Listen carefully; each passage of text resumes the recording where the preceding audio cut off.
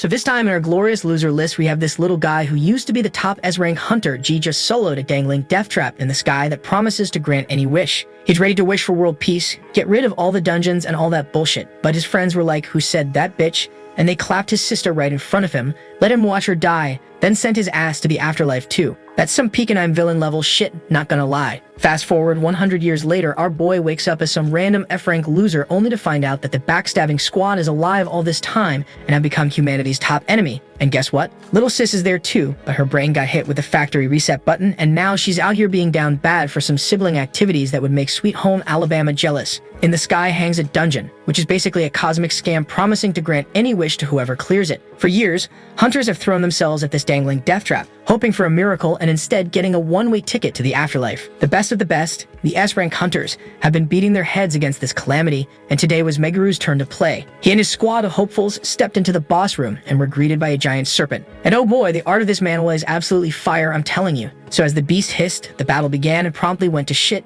leaving Meguru all by himself to face this calamity. Thinking a monster of this level was no match for a badass like him, he whipped out his sword and charged headfirst into the fray. The snake, clearly not impressed by his S-rank swagger, lunged straight at him, forcing Meguru to dodge and take a step back. After a moment of dramatic posing, he decided he was done playing around. He activated his skill as violet sparks crackled in his hand and then his entire body. The snake attacked again, but Meguru was faster. He ducked under its massive body, looked up at its scaly underbelly, and jammed his hand upwards, unleashing a beam of pure energy. The violet blast rocketed straight through the serpent's skull as the monster fell dead on the floor. Seeing this, his surviving party members erupted in cheers. Later, gathered around a fire, a warrior-class hunter named Mayoshi Matsubara told Meguru how glad he was that Meguru was on their side. Then came Kana, the team's designated damsel and healer, who glomped onto him, cooing about how incredibly cool he was, but Meguru, patting her on the head, told her that he was only able to take down that monster because of her. As she beamed, his brain decided now was the perfect time for a trauma-fueled stroll down memory lane of a time when he and his family were ambushed by a pack of wolves,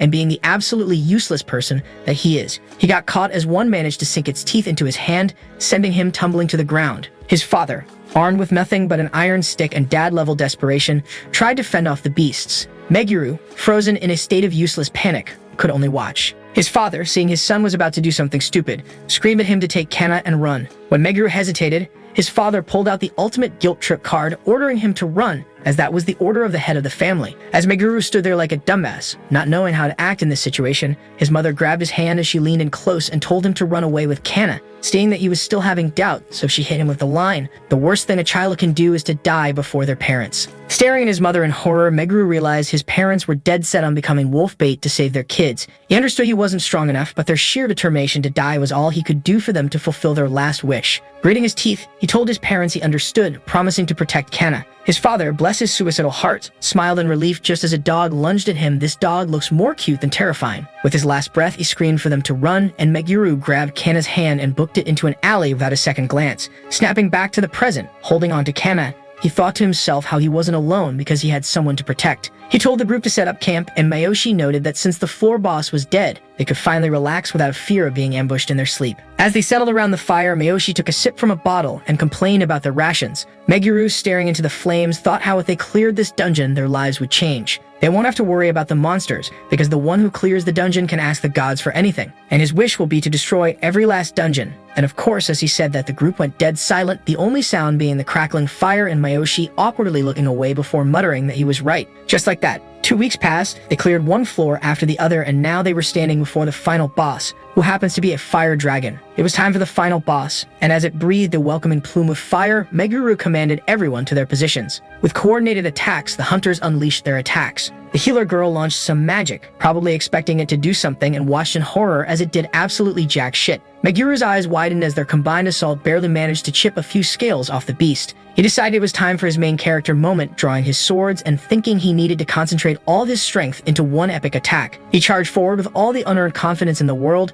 and was immediately bitch-slapped by the dragon's tail, sending him flying into a wall. Kana rushed to his side, asking if he was okay as she healed his knee. As the magic stitched his skin back together, a thought finally penetrated Meguru's thick skull. He realized something so profound, so groundbreaking, that it was a miracle the dungeon didn't collapse from the sheer weight of his intellect. He yelled to the others, explaining his plans, and then we are hit with his internal monologue of how it had taken him 2 full weeks and a near-death experience via tail whip to finally grasp the novel concept of fighting together as a team. Until that very moment, he hadn't trusted anyone but Kana. But now, after getting his ass handed to him, he was suddenly sure that his comrades would definitely cover his back. And at this point, you can smell the betrayal coming from miles away. With the sudden, earth-shattering realization that only someone with a jobless class could possibly defeat the final boss, Meguru soared towards the dragon from above, thinking how he wasn't a magician or a swordsman, but some magnificent, misunderstood hybrid of the two. As his sword ignited with magical energy, the rest of the group stood there with their mouths wide open as he swung his blade, thinking this would be the most powerful, most glorious finishing move in the history of dungeon crawling, and scream in triumph as the dragon crashed to the ground. I did it now, I can wish for world peace, but before he could even finish his victory speech, he felt an intense pain in his back. He turned to see that one of his comrades had just turned him into a human shish kebab. As the sword twisted, another was plunged into Kana, who dropped without a sound. Mayoshi, wiping a speck of blood from his cheek, leaned in close to Meguru and said the game of playing friends is over, telling him that they can't let him live as their point of view is too different. Meguru stared in disbelief as Mayoshi explained that he was the only one who wanted to destroy the dungeons. Another squad member chimed in, whining that he didn't want to lose the status he'd earned with blood and sweat. Enraged, he asked them, "I understand how I can be a problem, but why did you kill Kana?" Mayoshi shrugged. "Isn't it obvious, dumbass?" She would have snitched. Hearing this, Meguru's eyes blazed with fury as he shouted, "You killed her for such a stupid reason?" Mayoshi laughed in his face. "Stupid reason? You and your idea of a perfect world are the only stupid things here." As he was poking holes in Meguru, he said, "I don't know how a classless loser like you got this strong. This is what happens when you cross the path of actual heroes." As his strength faded, Meguru thought to himself how he, who had picked the jobless class,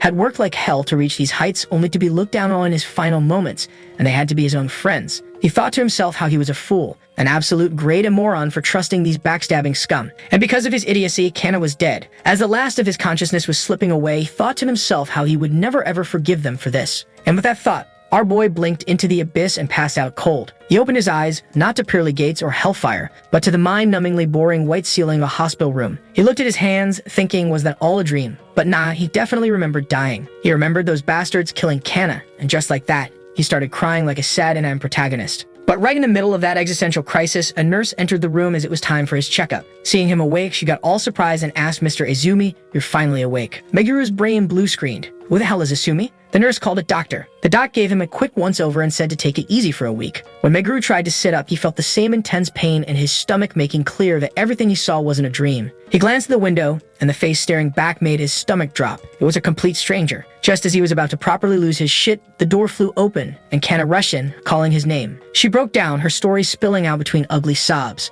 By evening, the pieces of this whole ridiculous situation started to click. He and Kana got yeeted into the future, a full 100 years after the tower incident. She kept her face but lost her memories and was now on Alabama citizen behavior, which honestly seemed like a better deal. He, on the other hand, got a major downgrade. He was stuck with all his memories but was now stuck in the body of someone named Meguru Asumi, a hunter with the same useless, jobless class as him. To make matters worse, the original Meguru's memories were bouncing around in his skull. Kana, still trembling, explained that the body's previous owner got messed up fighting monsters, adding she was totally terrified that he wouldn't wake up. Meguru managed a weak smile until she left. The second the door closed, his face went hard, the smile evaporating into pure, unfiltered hatred. From Kana's story and his new fragmented memories, he got the full, infuriating picture. After they cleared the Sky Dungeon, the 6 other heroes who survived made a single wish to God: to become lords of the dungeons, instead of, world peace or something actually useful. These motherfuckers chose to become immortal, power-tripping landlords, each ruling their own territory. For 100 years, these so-called heroes had been living it up as eternal, dungeon-ruling dumbasses. He would never forgive them. He was going to find every last one of those arrogant pricks and personally serve them an eviction notice from life. Staring out the hospital window, Meguru started mapping out his interdimensional revenge tour. A couple of days later, Kana popped in, armed with a heavy dose of common sense. She grabbed his hand, her face all worried, and asked if maybe, just maybe, jumping straight into a dungeon after nearly dying was a bad idea. Plus, he should first focus on getting better. He just shot back that the only way to get strong enough to murder 6 immortals. Kana, still living in some fantasy world where just being alive was the point, didn't get it. Our boy internally sighed. 100 years later, and the jobless class was still the universe's biggest joke, useless at fighting, magic, and basically breathing. He patted her on the head and told her not to worry, saying, A jobless loser like me always has an ace up their sleeve. Right on cue, as Kana was about to ask what the hell that meant, a couple of D-list thugs swaggered over. One of them looked at Meguru and said, "Well, look what we have here. He's not dead. For a jobless piece of trash, you're surprisingly tough." Kana looked lost, but Meguru knew exactly who these clowns were. The new memories told him these were the same lowlifes from Izumi's party, the ones who decided a bigger share of the loot was worth more than a teammate's life. The lead asshole licked his lips and slung an arm over Meguru's shoulder, saying, "You're lucky to be alive." While Meguru thought to himself, what better way to thank Izumi for the body than by taking out his trash? He let out a weary sigh and said, "Is this really how you ask for forgiveness from the guy you stabbed in the back?" The thug's face twisted in rage, somehow getting even uglier, something that I didn't think was possible. Swinging his fist, he said, "Did you forget your place? Looks like I'll have to remind you." He started yelling about being a rank D hunter while Meguru was an F-rank nobody, but he never finished his sad little speech. Meguru moved in a blur, his fist connecting with the guy's jaws so hard that blood sprayed from his mouth as he crashed into the wall. The second thug, seeing his buddy get absolutely wrecked, panicked and lunged with a knife. Meguru noted that sure, this body was weaker, but it was more than enough to handle these amateurs. He caught the blade between his fingers and wrenched it away. As the terrified thugs stared in disbelief, Meguru snapped the blade in half. He asked them if they still wanted to fight, but nope, the two morons scrambled away and Kana just stared, her brain trying to compute what she just witnessed. She asked Meguru since when he had been this strong. This change is so sudden that it almost feels like he was a completely different person. Walking away from the hospital, Meguru replayed the sad excuse for a fight in his head.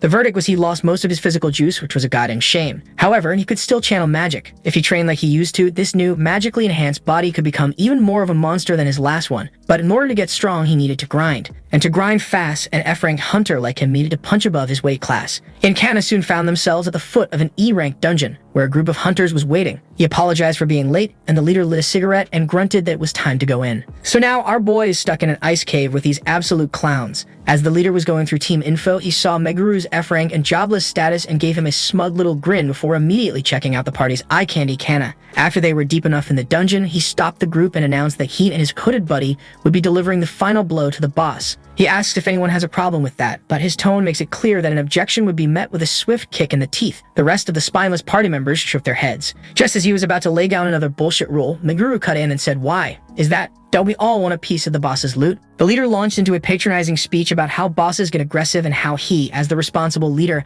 had to ensure the safety of his comrades, especially a useless F-ranker. Meguru cut him off again, stating that with proper tactics, everyone would be fine. That was the wrong button to push. The leader whipped out his sword, pressing it to Meguru's throat. His little henchman put a hand on Meguru's shoulder, magic already crackling in his palm, adding that the leader's word was law and weaklings should just shut up and follow orders. Kana looked terrified, but Meguru just stood there, internally sizing up the two morons, threatening him. Was it really so strange to defend your own position? He let out his sigh, deciding to play along for now. The leader then added that he'd almost forgotten. All loot from the dungeon belonged to them. Meguru thought to himself how these gold-hungry clowns were running a full-on scam as they moved deeper into the cave toward their first target. Suddenly, a group of dungeon boars charged the group. The leader yelled for his B team to attack. The dagger-wielding guy and the archer girl rushed forward, chipping away at the mob's health bars. The leader just smirked, waiting for his moment to swoop in and steal the last hit. He and his fiery friend Zack finished off a couple of boars, patting themselves on the back. Meanwhile, a boar with a death wish charged straight for Meguru. He didn't even break a sweat, simply extending a hand and using magic. He then gracefully leaped over the charging beast, pointed his hand at the rest of the monster pack,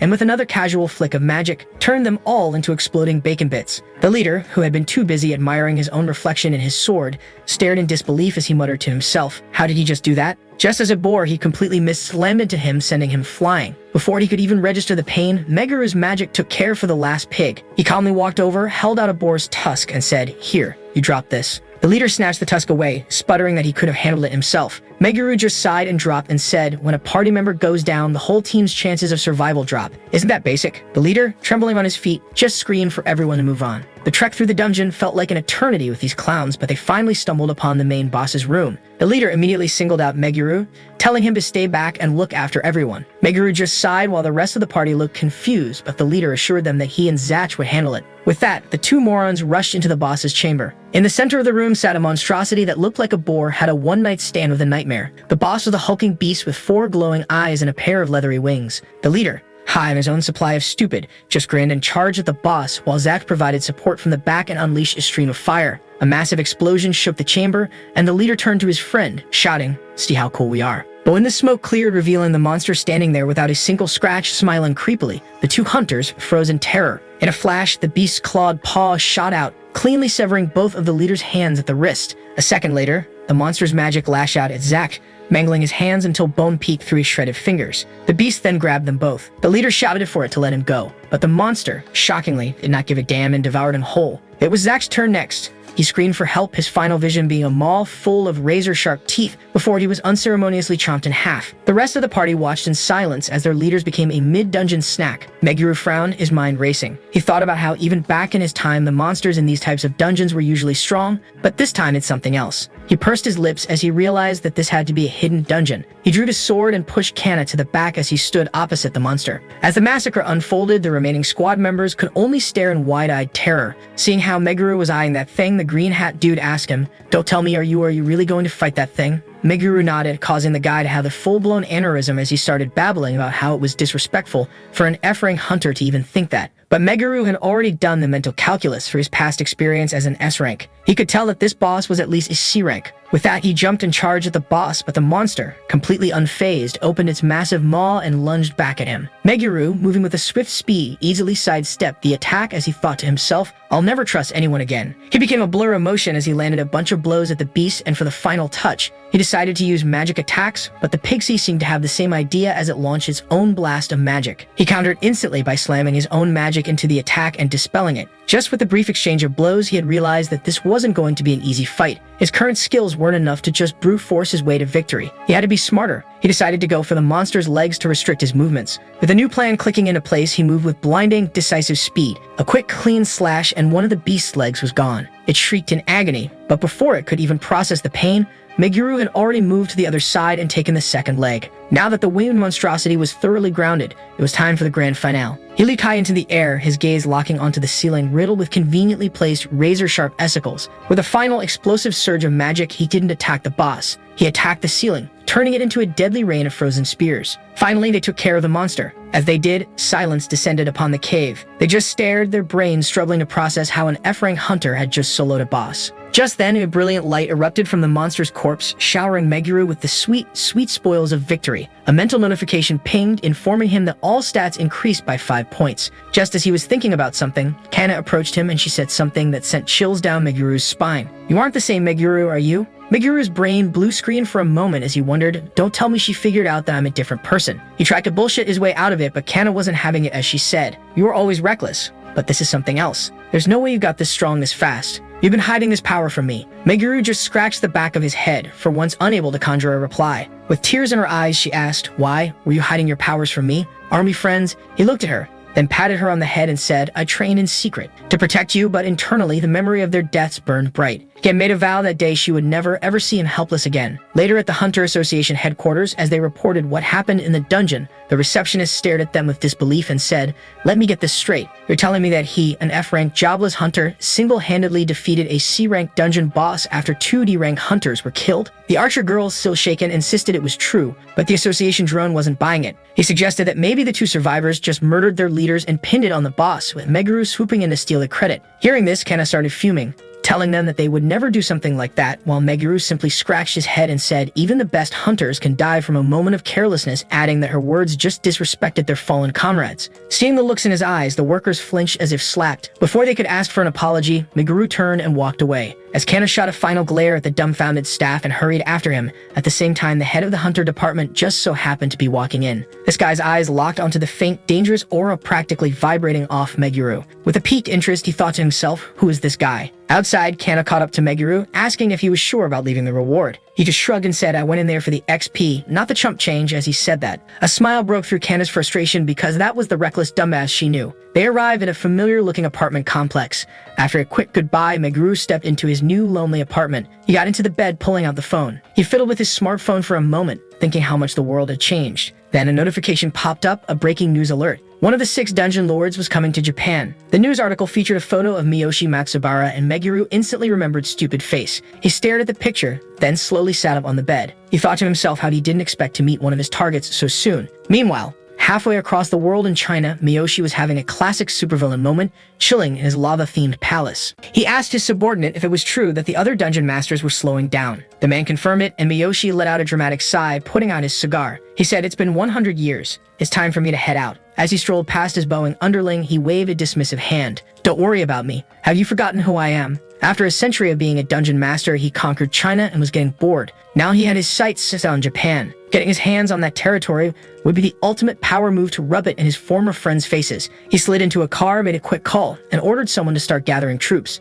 Back at the Hunter Association, Meguru was facing a far more mundane problem. He was looking for a dungeon to clear, but the receptionist turned him down by saying, "You're the jobless F rank, we don't have anything for you." Meguru just stared. He knew that this couldn't be helped since his stats were low, and to get stronger, you had to clear dungeons. But to get assigned to a dungeon, you had to already be strong. In short, it was a rigged game designed to keep losers in their place. He pressed on, saying any dungeon would do, but the girl just sighed, repeating the company line that he'd have to raise his rank first. Kana started to protest, pointing out that raising his rank would mean clearing dungeons solo, something that was basically a suicide mission for any normal F rank. Just then, the department head, the same guy who clocked Meguru's terrifying aura earlier, strolled over to see what the commotion was. The boss listened to the recap of their previous adventure, dismissed his employee's rudeness with a wave, and then turned his full, intense focus on Meguru and said, "Do you want to raise your rank? How about a special exam?" He explained that every month, hunters could test their skills in a special arena. Pass the test, and your rank goes up. There was no risk to life, and you could retake it if you failed. It sounded almost too good to be true. Still, it was a shortcut, and shortcuts were his specialty now. "I'll do it," he said without hesitation. As Meguru walked away, the receptionist asked the boss why he even suggested, since no hunter had ever passed.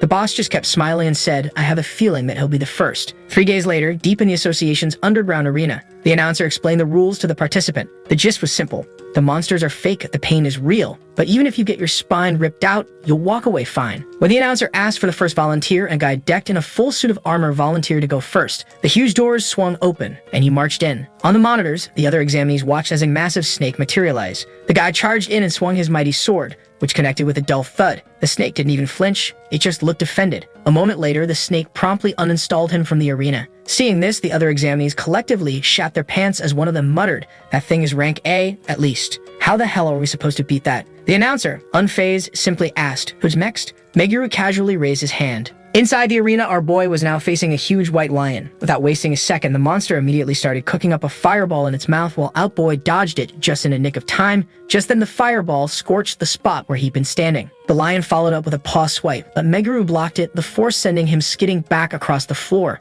That attack told him everything he needed to know. He thought to himself how he'd be done for if he were to even get scratched by it, but by then he had already come up with a plan. He lunged forward, not at the lion's head, but at its paw, scoring a deep gash. As the beast roared and started charging another fireball, Meguru saw his opening. He timed it perfectly, swinging his own magic-infused blade to slice through the stream of fire as he thought, "My casting speed is improving. I can move faster now." As the lion tried to charge up a third time, Meguru rushed it, using a burst of magic to launch himself into the air, right up to the monster's stupid, fiery face. He thought to himself how the jobless class is the jack of all trades, and all he had to do was to increase his stats to become stronger. With that thought, he shoved a condensed cloud of pure violent magic straight down the lion's gullet, taking down the beast in one go. After the exam, a visibly trembling receptionist handed Meguru his new hunter card. He glanced at it, admiring his new class rank. Outside, Kana was practically vibrating with excitement as she said, "You actually did it. No one has ever passed that exam before. That's so cool. Man, she is so cute now. I'm mad at those guys for killing her." Meguru just pocketed his card and asked, "No one?"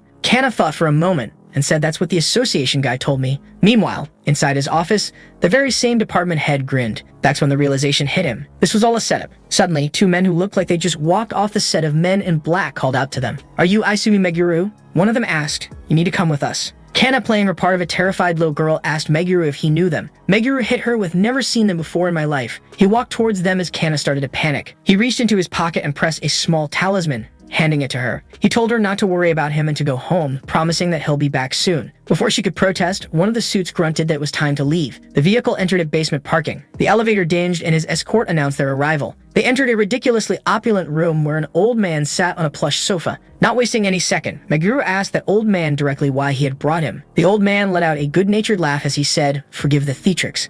I simply want to offer you a good deal." He clicked open a briefcase on the table, revealing stacks of cash as he said, "I want to be your first sponsor." Meguru eyed the case, estimating it held at least 100 million yen. The old man explained that his agent had been watching the promotion exam and was thoroughly impressed. He offered a monthly salary of 100 million yen for Meguru's services, and honestly, for that kind of money, I'd sell my soul, just kidding. When Meguru asked what he has to do, the old man, trying to dodge the topic, hit him with just various tasks, making it clear he wouldn't get a straight answer until he signed on the dotted line. Meguru thought to himself that the offer was tempting. The money could fund his war against the dungeon masters, but it came with golden handcuffs. He told the old guy that he appreciated the offer, but his freedom was not for sale, and politely rejected the offer as he turned to leave, only to find the door was now locked. One of the old man's agents stepped forward and said, "We can't allow you to leave." He moved with blinding speed, faster than any rancor Meguru had encountered so far, and slammed a fist into his gut. The force of the blow sent Meguru flying into the wall, a trickle of blood leaking from his mouth. He gasped for air, his lungs burning. Just then, the agent taunted him, asking if he was having trouble breathing, telling him that this room is sealed. The only ventilation is in the corridor outside. Flexing the ring on his finger, he said, "You won't have enough oxygen unless you have one of these."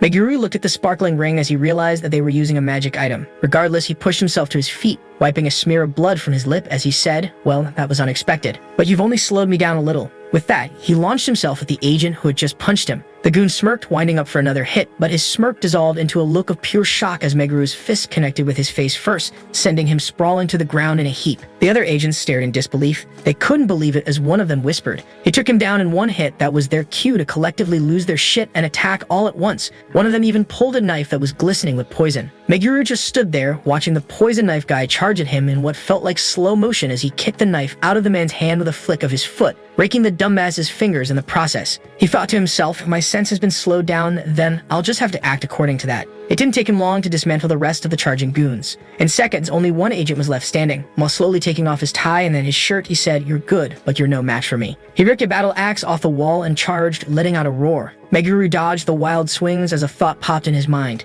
This guy was a berserker, a class that was all about brute strength and terrifying power, but not a single useful thought behind those eyes. He remembered fighting a berserker once in his past life. He knew that they were strong, but they had a glaring, fatal weakness. They were utter trash against magic. With his versatile skill set, the final swift movement, he appeared right above the rampaging meathead. This class is weak to magic, he thought as he unleashed a concentrated blast of pure energy. The berserker looked up in surprise just as the magic pierced his body, his eyes rolling back as he crashed to the floor. Just then, the old man, who had been watching the entire one-sided slaughter with an unnerving calm, began to clap slowly and said, "As expected from the hunter that had piqued my interest," and he was about to spew some more nonsense when Meguru slammed his fist on the locked door and told him to open the door or else. The old man just chuckled and pulled out his phone saying, "Don't be in such a rush. Even someone as strong as you has weaknesses." He turned the screen towards Meguru and the world stopped. It was a live feed of Kana tied up and gagged in her own room. Seeing this, a new kind of horror washed over him as he said, "You bastard, have you been following her all this time?" The old man just shrugged and said, "I decided to have my subordinates follow her, just in case.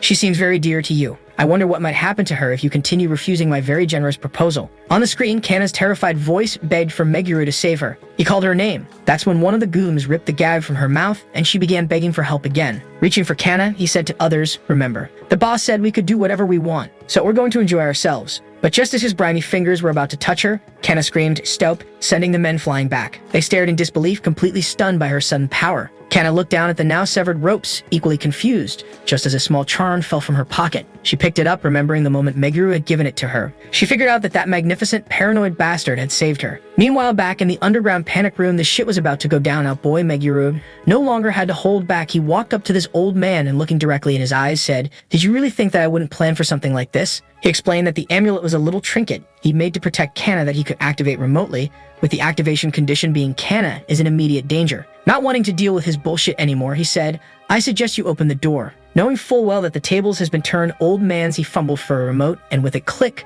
the heavy doors slid open. Just as Meguru was about to leave, he paused, turning to the old man. He said, "I have one more question. Why did you choose me?" He couldn't understand why he would pick on a hunter who was clearly struggling to make an honest living. The old man told him that he needed strong hunters, that he was collecting them for someone else. Seeing that he was holding back some info, he pressed his blade to the old man's wrinkled throat as he demanded him to give him a name. The old man looked at the blade, his eyes wide with terror as he told him the man's name. Meguru continued with his questions as he asked, "Why does he need them?" The old man swore he knew nothing else. Meguru held his gaze for a long, silent moment as he said, "I believe you," before flicking his wrist and leaving a shallow, bloody cut across the old man's cheek. "If you or any of your people ever come near me or Kana again, I will end you." With that, he turned and left. Later, he burst through his apartment door, his heart pounding in his chest as he yelled out Kana's name, asking her if she was okay. The second she heard his voice, Kana threw herself at him, clinging to him as he asked her if she was hurt somewhere. "Are you hurt?" She just shook her head crying as she held up the charred remnants of the amulet. Meguru apologized for leaving her alone as he said softly, You did good. She sat on the edge of the bed, the adrenaline finally wearing off, and she asked if they were going to call the police. Meguru shook his head and told her that Miyoshi Matsubara is involved in this, so the police won't be able to do jack shit against a monster like that. At the mention of the name, Kana shot up from the bed and asked, Matsubara, one of the 6 heroes? Meguru just nodded as he told her to pack her things. Kana blinked, confused, as she said, pack my things. He confirmed it with a nod and said, it's not safe for you to live alone anymore. You're moving. Before she could even process it, he was already grabbing a box and starting to pack her belongings. Kana finally found her voice and asked him, wait, where am I moving to? He turned around and told her, until you find a new place, I figured you'd live with me. Kana's face exploded into 50 shades of red and started shaking her head, asking him if he don't see a problem with that. But this blockhead just turned to her and asked, what's the problem? Looking genuinely confused before nonchalantly adding, I've got a double bed. Kana repeated herself, asking, and you don't see any problem with that. He just tilted his head and hit her with a nope as he said, I care about you a lot. At this moment, Kana's brain short-circuited. Seeing her struggle, he added, isn't it normal for families to live together? The word family seemed to soothe her panic, and she finally gave in saying, if it's with you, then it's fine, while mentally applying for Alabama citizenship. Meanwhile,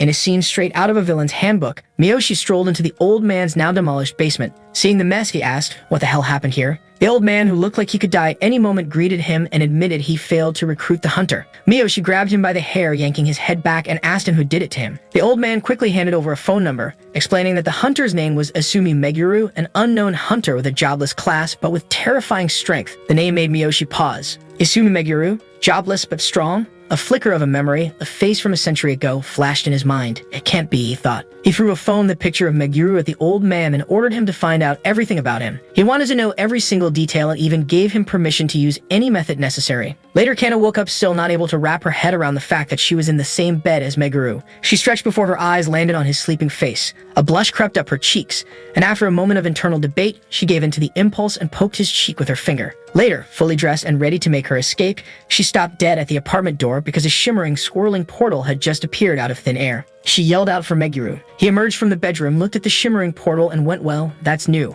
Don't usually see dungeons popping up in residential hallways. He sized it up, noting it was probably a C rank. He told Kana he'd be right back, but grabbed him from behind, refusing to let go, saying if he was going into that weird apartment-eating void, she was going with him. Inside, after dispatching a few low-level mobs, Meguru noted that this part of the dungeon was a bust. Kana, who was following behind him, thinking to herself, was she even useful here? She felt more like a very anxious backpack. As if reading her mind, Meguru turned to her and said, hey, can you use Abyss? Kana stared at him blankly. Abyss? The legendary stat-lowering spell? The one from fairy tales? She thought to herself how ridiculous the thought was, because the only known person who could use it was the legendary hero Kana, while she was just a simple cleric. But Meguru was confident that even with her memories gone, that power was still buried in her soul somewhere. Just then, a monstrous dog charged at them. Meguru, without missing a beat, turned and cast a weaker version of Abyss and sent the beast flying with a kick, while Kana just stood there thinking, what the actual heck just happened here? Turning to her, he explained that just now was a watered-down version of Abyss, adding it's the one perk of being in the jobless class.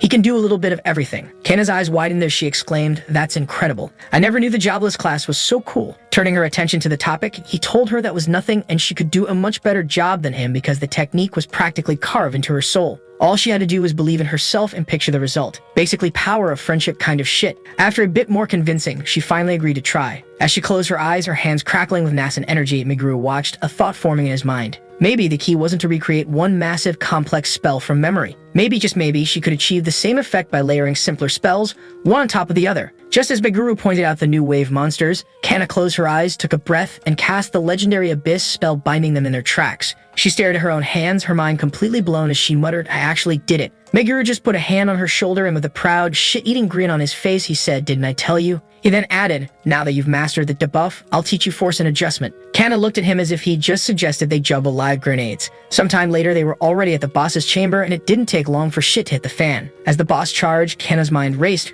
remembering the crash course Meguru had given her on the way. She extended her hand, channeling her mana, and cast Force, which was the opposite of Abyss, a spell that didn't weaken enemies but buffed allies instead. As if on cue, Meguru zipped between the beast's legs with suicidal confidence, slapped a magical seal on the ground, and a pillar of flame erupted, instantly turning the monster into a pile of ash. Seeing him take down the beast, Kana thought to herself, now I can be a help to him. Meguru walked over to her, thanking her for the help before adding, I'm surprised at how easy that was. You're amazing. Kana's face went crimson and she started stammering that it was nothing, really. But Meguru's smile faded as he checked his stats. Something was wrong. The dungeon was cleared, but his XP bar hadn't budged. There was no reward, no satisfying ding of a level up. That's when a new portal shimmered into existence in front of them, this one looking far less inviting and a lot more like a one-way ticket to hell. That doesn't look like an exit, does it? Kana asked. Meguru's face was grim because he had realized exactly what it was. It's a double dungeon. He explained it in a clipped, urgent tone. A rare, fucked-up phenomenon where a second, much harder dungeon was hidden inside the first. Seeing the mana the portal was emitting, he judged that it would at least be a B-rank dungeon.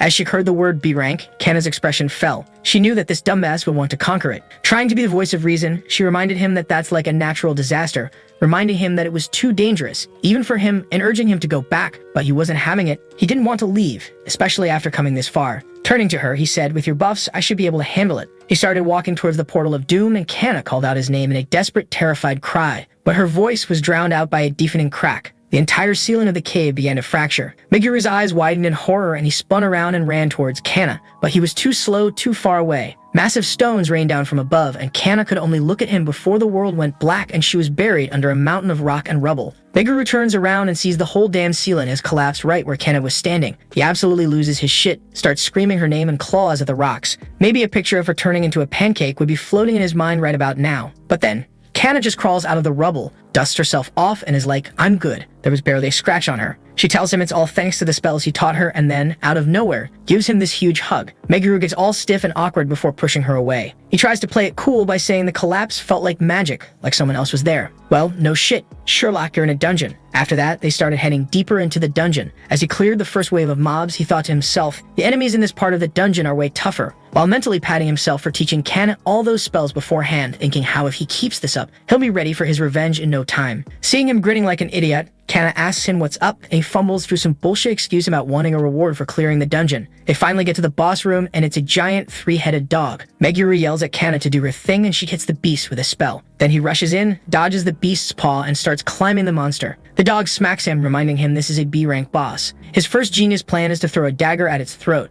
The dog literally just ducks its head and the dagger shatters on its teeth. Realizing he needs to stop being a dumbass, Meguru decides to actually try. Since he's a jobless person who can use all the elements, he starts mixing wind and earth magic to create plasma around his blade. With his eyes glowing, he dodges one last attack and then zips forward, slicing all three of the dog's heads off in one clean shot. Blood goes everywhere, the giant body thumps to the ground, and a notification pops up saying the dungeon's cleared, hitting Meguru with that sweet, sweet stat boost. Just when he was admiring his new improved stats, a shiny golden ticket just popped into his hand. The system chimes in, explaining it's some kind of special daily cleanup ticket that lets him redo dungeons for leveling up. Meguru just stares at it, completely baffled, like, what the hell is this thing anyway? Just then, Kana runs up to him all worried, asking if he's okay. Meguru, trying to act tough, touches the wound on his cheek and brushes it off, saying it's just a scratch. He pockets the weird ticket, and they both dip out through the portal, completely unaware of the fact that some shady guy was watching him the entire time. This dude immediately bails and reports back to Miyoshi, who's puffing on a cigar. The spy tells them that this Meguru is the real deal, saying he cleared a whole double dungeon without even breaking a sweat. Miyoshi just smirks, all smug about it. The spy keeps going. He says there's no way a normal jobless dude could pull this off. Meguru has skills and experience that make zero sense for a kid his age, adding that he is sure to become a top ranker for sure. Before adding, it has a very weak point. A fatal flaw so massive that if they use it against him, he'll be less of a problem than a bottom-of-the-barrel E-rank hunter. Miyoshi just chuckles, knowing he's got him, and tells the old man to pay up. The old dude opens the same suitcase that I was ready to sell my soul for, stuffed with cash, calling it a reward plus an advance for the next job. Stay-old looks at the money and straight up asks, "You want me to kill him?" The old man smiles and asks if that's a problem for him, calling him by name and reminding him that he's an A-rank hero. To seal the deal, Miyoshi hands Sato a sick-looking sword with a raven mark on it. Sato just sighs and says, well, this can't be helped, basically agreeing to murder our boy. Meanwhile, Meguru and Kana are back home, completely spent by their dungeon run. Kana is passed out in the bed while our boy is staring at the golden ticket. Knowing that it'll just freak her out, he decides not to tell her about it yet. Though his curiosity gets the better of him, and he is thinking a C-rank dungeon will be a walk in the park now that he himself is a C-rank, so he decides to use it. He pushes some mana into the ticket and vanishes from the apartment in a flash. He reappears on some tropical-themed island with a massive tree in the middle, a place he's never seen before. He looks around and it dawns on him that there's no exit. He's stuck here until he kills the boss. As if on cue, a system window pops up saying he's completed one of 100 daily tasks. Before he can even process what that means, he hears a rustle behind him. He spins around and freezes, his eyes going wide when he sees a literal army of monsters staring him down. All he can think is, well, this is going to be tiresome. As he starts his little monster massacre, a little progress bar for his daily task pops up, and it just keeps filling up for every monster he kills. After killing the last monster, he catches his breath and thinks, all right, done. Now what? Just then, the ground starts cracking open right under his feet. He jumps back just in time to see a crab the size of a car crawl out of the sand. Meguru immediately clocks it as the boss, but he also notices that it was only a C rank, which wasn't a problem for him now that he too was a C rank hunter. Without wasting any time, he points his hand at the overgrown seafood platter and just lets loose with a blast of fire magic. The whole thing goes up in a massive explosion, raining down bits of cooked crab meat from the sky. A system window pops up with his reward, a fragment of a ticket for daily cleansing and a full heal potion. Meguru instantly realizes the reward for this dungeon isn't like the normal ones. He accepts it anyway, and the potion materializes in his hand. Then he looks down and sees his hands are turning see-through. Then he just stands there watching himself fade out until he completely disappears. He reappears back in his apartment, and the first thing he does is check on Kana, who is still dead asleep. Then he looks at the golden ticket in his hand and realizes that it hadn't disappeared. A while later, he and Kana are walking up to the Hunters Association when some random dude tells his friend to look at our boy. They both just start staring at him. Meguru, who has the social grace of a brick, marches right up to them and asks, "Do I have something on my face?" The guys freak out, waving their hands and saying it's nothing before bolting into the building. Kana has to gently remind him, "Dude, you're the jobless guy who somehow passed the promotion exam. You're basically a celebrity now, you idiot." Before she could finish, some worker from the Hunters Association called out to him, saying they've received a special assignment just for him and Kana. Meguru takes the paper and is immediately confused, like, who the hell is Sato? And why would he especially request for us? Are you sure you got the right guy?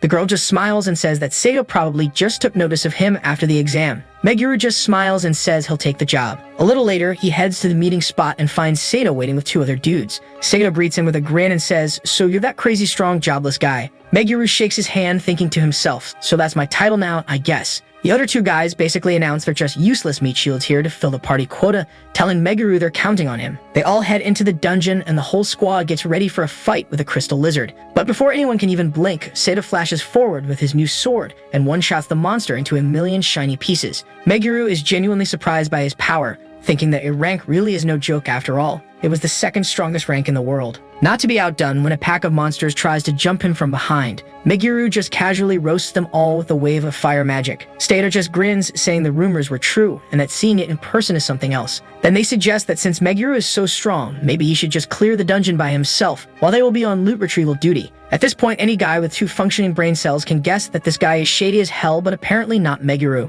He just thinks, I don't get what this guy's deal is, but hey, free EXP bonus for me. So he agrees and proceeds to single-handedly slaughter his way to the boss's room. Once they arrive, Meguru finally decides to use his brain and asks Sato, "Hey, why did you really invite me here?" Sato, who has been waiting for this moment, puts his hand on the hilt of his sword and says with a chilling smile, "Oh, I never told you, did I?" Before Meguru can even process the massive red flag he just missed, Sato attacks. The speed of the strike was so insane that all Meguru could think was he is fast as he barely dodges the strike. Sato swings his sword again and says, "I invited you here so I could do this." As his sword flashes in front of Meguru's face, he barely yanks himself out of the way of the killing blow. Sato clicks his tongue, clearly pissed off. One of the useless meat shields from the squad, finally finding his voice, stammers out, "What are you doing?" Sato, without even looking at him, just says, "You're annoying," and in one fluid motion, slashes the guy's leg open. He then turns and does the same to the girl, taking them both out of the fight instantly. Meguru can only stare in shock as he thinks to himself, what the hell is going on here? He glances at the wounded party members, realizing he can't worry about them now.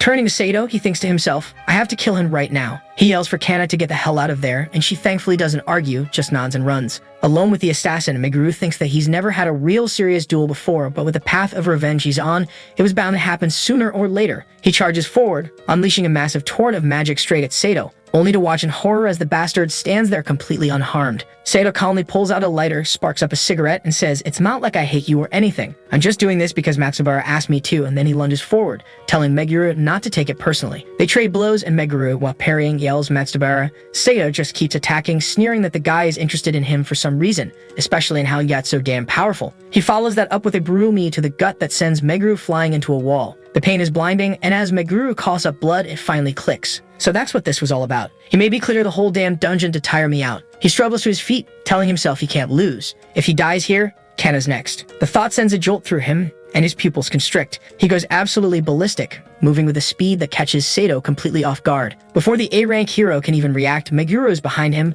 pummeling him with a furious barrage of punches that sends him crashing into the opposite wall. Sato, struggling to get up, can't believe it. How did he suddenly get so much stronger? But a nasty smile spreads across his face. Unfortunately for you, I have an ace up my sleeve. He spots Kana, grabs her, and puts his sword to her neck. This is your weak point, right? If you don't want her to die, you know what to do. Meguru freezes. He knows Sato would kill her before he could get there. Sato starts kicking the shit out of a helpless Meguru who can only think, if only I wasn't so tired. Then a light bulb goes off in his battered brain and he remembers the potion he got for clearing the dungeon. Gulping down the potion, he thinks to himself, all I can do right now is bet on it. As Sato raises his sword for the final blow, yelling die, Meguru chugs the full restoration potion as he does. Power floods his system and he quickly and effortlessly disarms Sato, sending his sword flying with one swift kick. Seeing him move, he mutters, why are you still on your feet? But our boy wasn't interested in small talk. He just saw him appear behind him in a flash and went, you shouldn't have underestimated me, before thrusting his hand forward and blasting a hole straight through Sato's head with magic. After catching his breath, he sees Kana treating the other two hunters. He asks her if they are still breathing. Kana nods before adding, but we'll have to take them to the hospital right now. Meguru thinks to himself if he should go back or clear the dungeon first. He takes Seiko's sword and decides clearing the dungeon is faster than leaving. He walks into the boss room, sees a giant lizard and says, sorry, no time for games. He one-shots the monster in a shower of blood. A bright flash fills the room and a system window announces all his stats have increased by a hopping 50 points. He's shocked, wondering what just happened, when another notification pops up informing him that he has acquired the Crest of Duty. He looks down at his hand and sees a strange new mark on his palm. He gives it a hard look before thinking to himself, what the hell is this? After thinking it over, Meguru decides the smart play is to just keep his mouth shut about the whole attempted murder thing. He gets the two wounded meat shields to go along with his story, making sure they all have the same alibi. Then he heads back to the association and lays it on thick for the desk worker. She buys it, but then starts going on and on about how Sato was this legendary hunter, a total prodigy who even won the Dragon Lord Festival. Meguru, who literally just left the guy's corpse in a dungeon, starts getting pissed off and asks her, what are you trying to imply?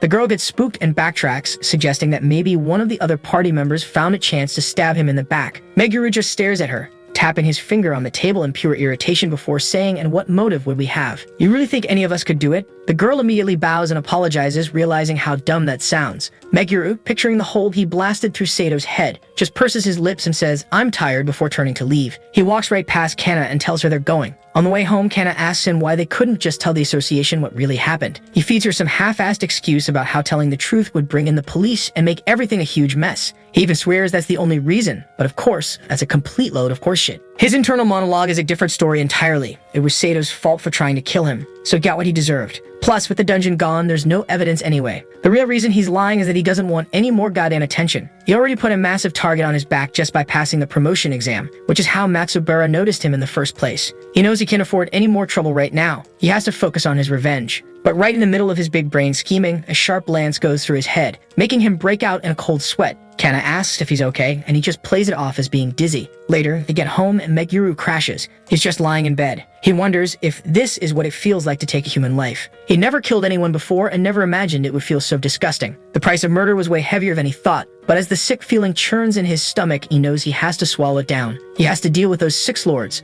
and this is just the beginning. Just as Meguru was about to spiral down his new emo rabbit hole, Kama's voice snapped him out of it. He looked up at her and saw she was holding a plate of food. With a look of pure pity, she told him he needed to eat something or he wouldn't be able to take his medicine. Meguru let out a heavy sigh, thanked her for the effort, and took a bite, and he thought to himself, holy shit, it's actually delicious. He felt a wave of strength return to his body and even thought he felt a little bit healed. It hit him then. Kana, being a natural-born hero-level healer, probably just subconsciously laced his porridge with healing magic without even realizing it. The girl was a god in cheat code. She sat down next to him and, getting straight to the point, asked if killing Sato was bothering him. After a moment of silence, she took his hand and said, you were just protecting us.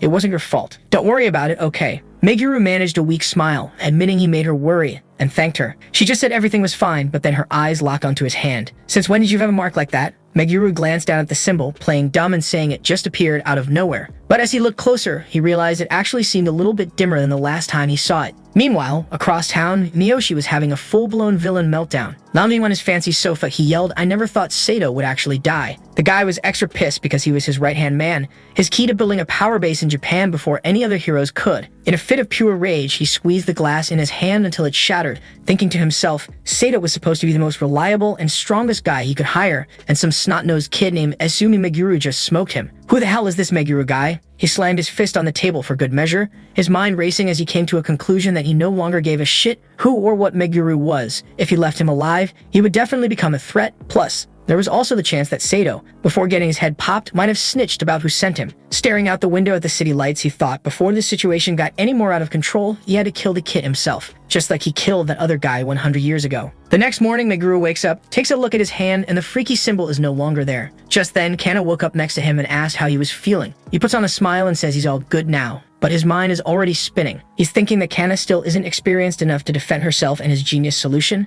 Not rest, not recovery, but dragging Kana right back into another dungeon to train her. He grabs the golden ticket, then grabs her hand and tells her they need to go somewhere for a minute. She immediately blushes, probably thinking he's finally making a move or some shit, but then he just grins like an idiot and invites her to go to a dungeon. The look on her face was priceless as she said, "Are you crazy? You can't fight." Meguru just keeps smiling and replies that everything will be fine. "After all, I'm not the one who will fight, you are." Before she can even protest that level of absolute disrespect, they both disappear and end up back on Murder Island. They run around the island for some time, fighting monsters and running away from them, and after some time, the system finally dings, informing Meguru that he had completed the daily mission. This time, the reward is a B-rank dungeon ticket fragment and a death prevention charm, which is basically a one-time get-out-of-death-free card. Meguru just thinks, interesting, knowing damn well it'll come in handy later. Afterwards, they head to the Hunters Association, but as soon as they walk in, the boss calls out to Meguru asking for a word. He agrees and they head to the reception area. The boss sits him down and doesn't waste a single second. He just looks Meguru dead in the eye and says, "Let's get straight to the point. You killed the A-rank hunter, Sato, didn't you?"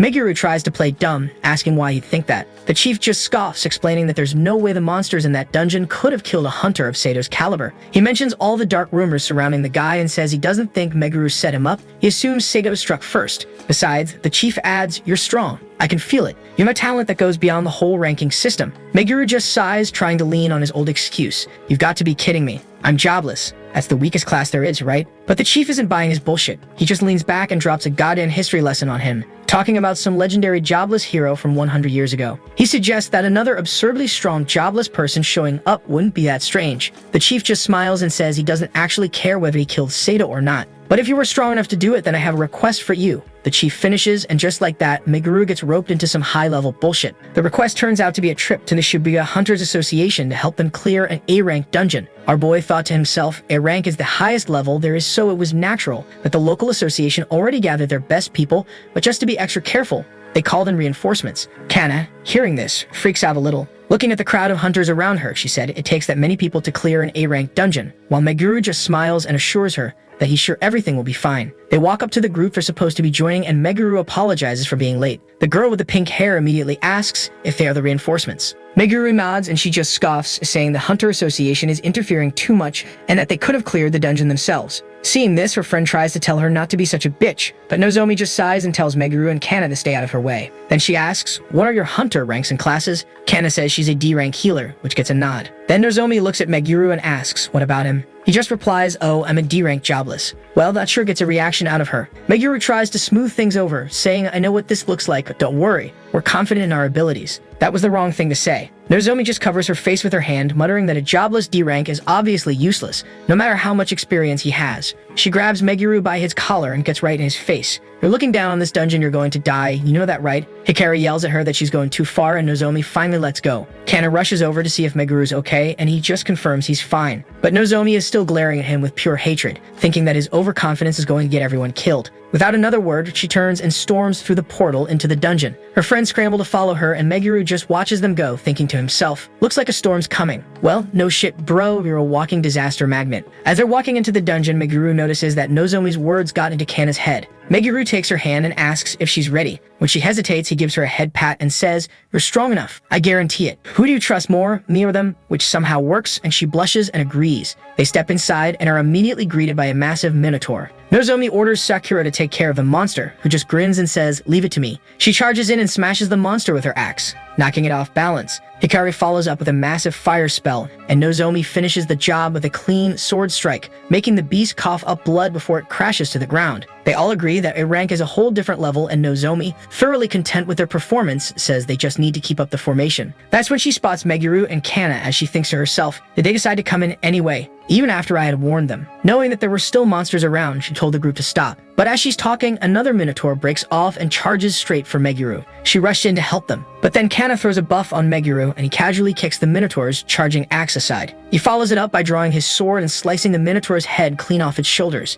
Seeing this, the hunters in the back who were watching went crazy as they started talking about how awesome our boy was, adding that this was what they had expected from the reinforcements. But Meguru didn't care about it at all. He thought to himself, I did want to stand out, but I suppose it can't be helped. Seeing this, Nozomi's jaw hits the floor as he mutters, what the hell just happened here? While she's having her little mental breakdown, two more minotaurs sneak up behind her. Before she can even turn around, Meguru just points his hand and throws fireballs at the monster, and in an instant two monsters scream in pain and fall to the ground. He walks over, extends a hand, and asks if she's okay. She just nods, and Kana lets out a sigh of relief. The pink-haired girl immediately starts blushing up a storm and apologizes for being rude earlier, admitting she judged them unfairly. Meguru just says he doesn't care and that her trying to keep them safe was an act of kindness. This makes her blush even harder as she mutters, it's been ages since someone has praised me. Meguru just turns and says they should work together from now on. Fast forward 2 hours of non-stop monster slaughter, and the A-rank squad is starting to realize something's weird. They've been fighting for ages but are no closer to the boss room. Nozomi, who is now completely sold on Team Meguru after seeing Kana's insane buffs,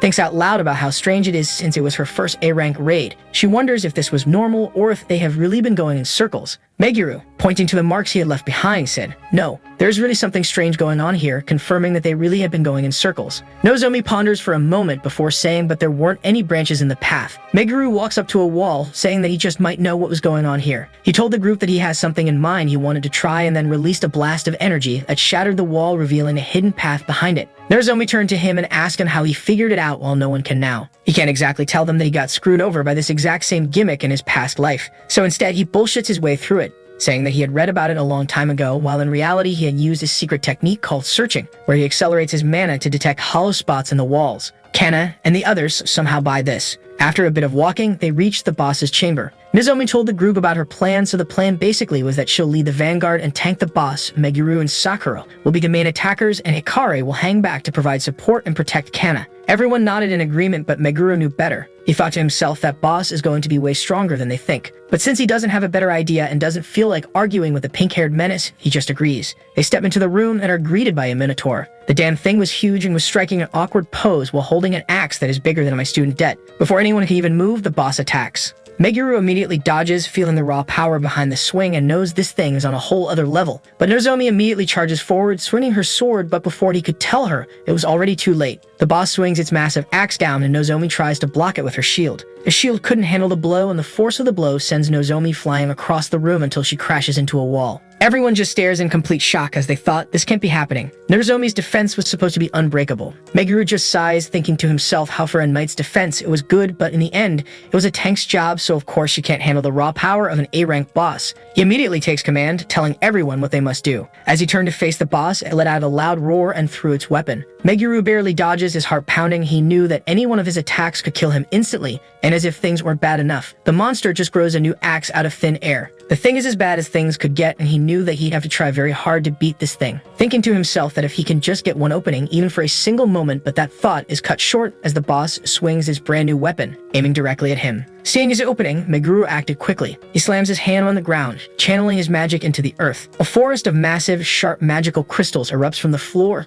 slamming into the Minotaur's leg and stopping its attack dead in its tracks. The big guy roars in pain and stumbles back, and that's when Meguru's brain finally clicks. He had figured out that the boss had a high attack stat, but not the meaning it was lacking in defense. So with that new understanding, he bolts towards the monster, which swings its axe in a wide arc. Meguru leaps, dodges the blow, and lands perfectly on the flat of the axe. He sprints up to the weapon, straight for the boss's face. His whole plan was based on the charm that he had earned earlier. He jumps into the air, yelling how it'll be his last blow before slicing a deep gash across the Minotaur's chest. Blood gushes out everywhere, and Meguru lands on the floor, breathing heavily. He's feeling pretty damn good about himself, thinking that was close, but is mostly just glad he pulled it off. But his victory party is cut short when he looks up and sees that the Minotaur is still standing, its eyes glowing with a terrifying bright red light. It had gone full berserker mode. The boss roars and smashes its axe into the ground, unleashing a massive shockwave. Meguru knows that he won't be able to take another direct hit. He thinks maybe he can wear it down, play a battle of attrition. But before he can even finish his genius plan, the boss hurls its axe straight at him. He barely dodges it, but then the bastard throws another one right after Meguru was taken by surprise,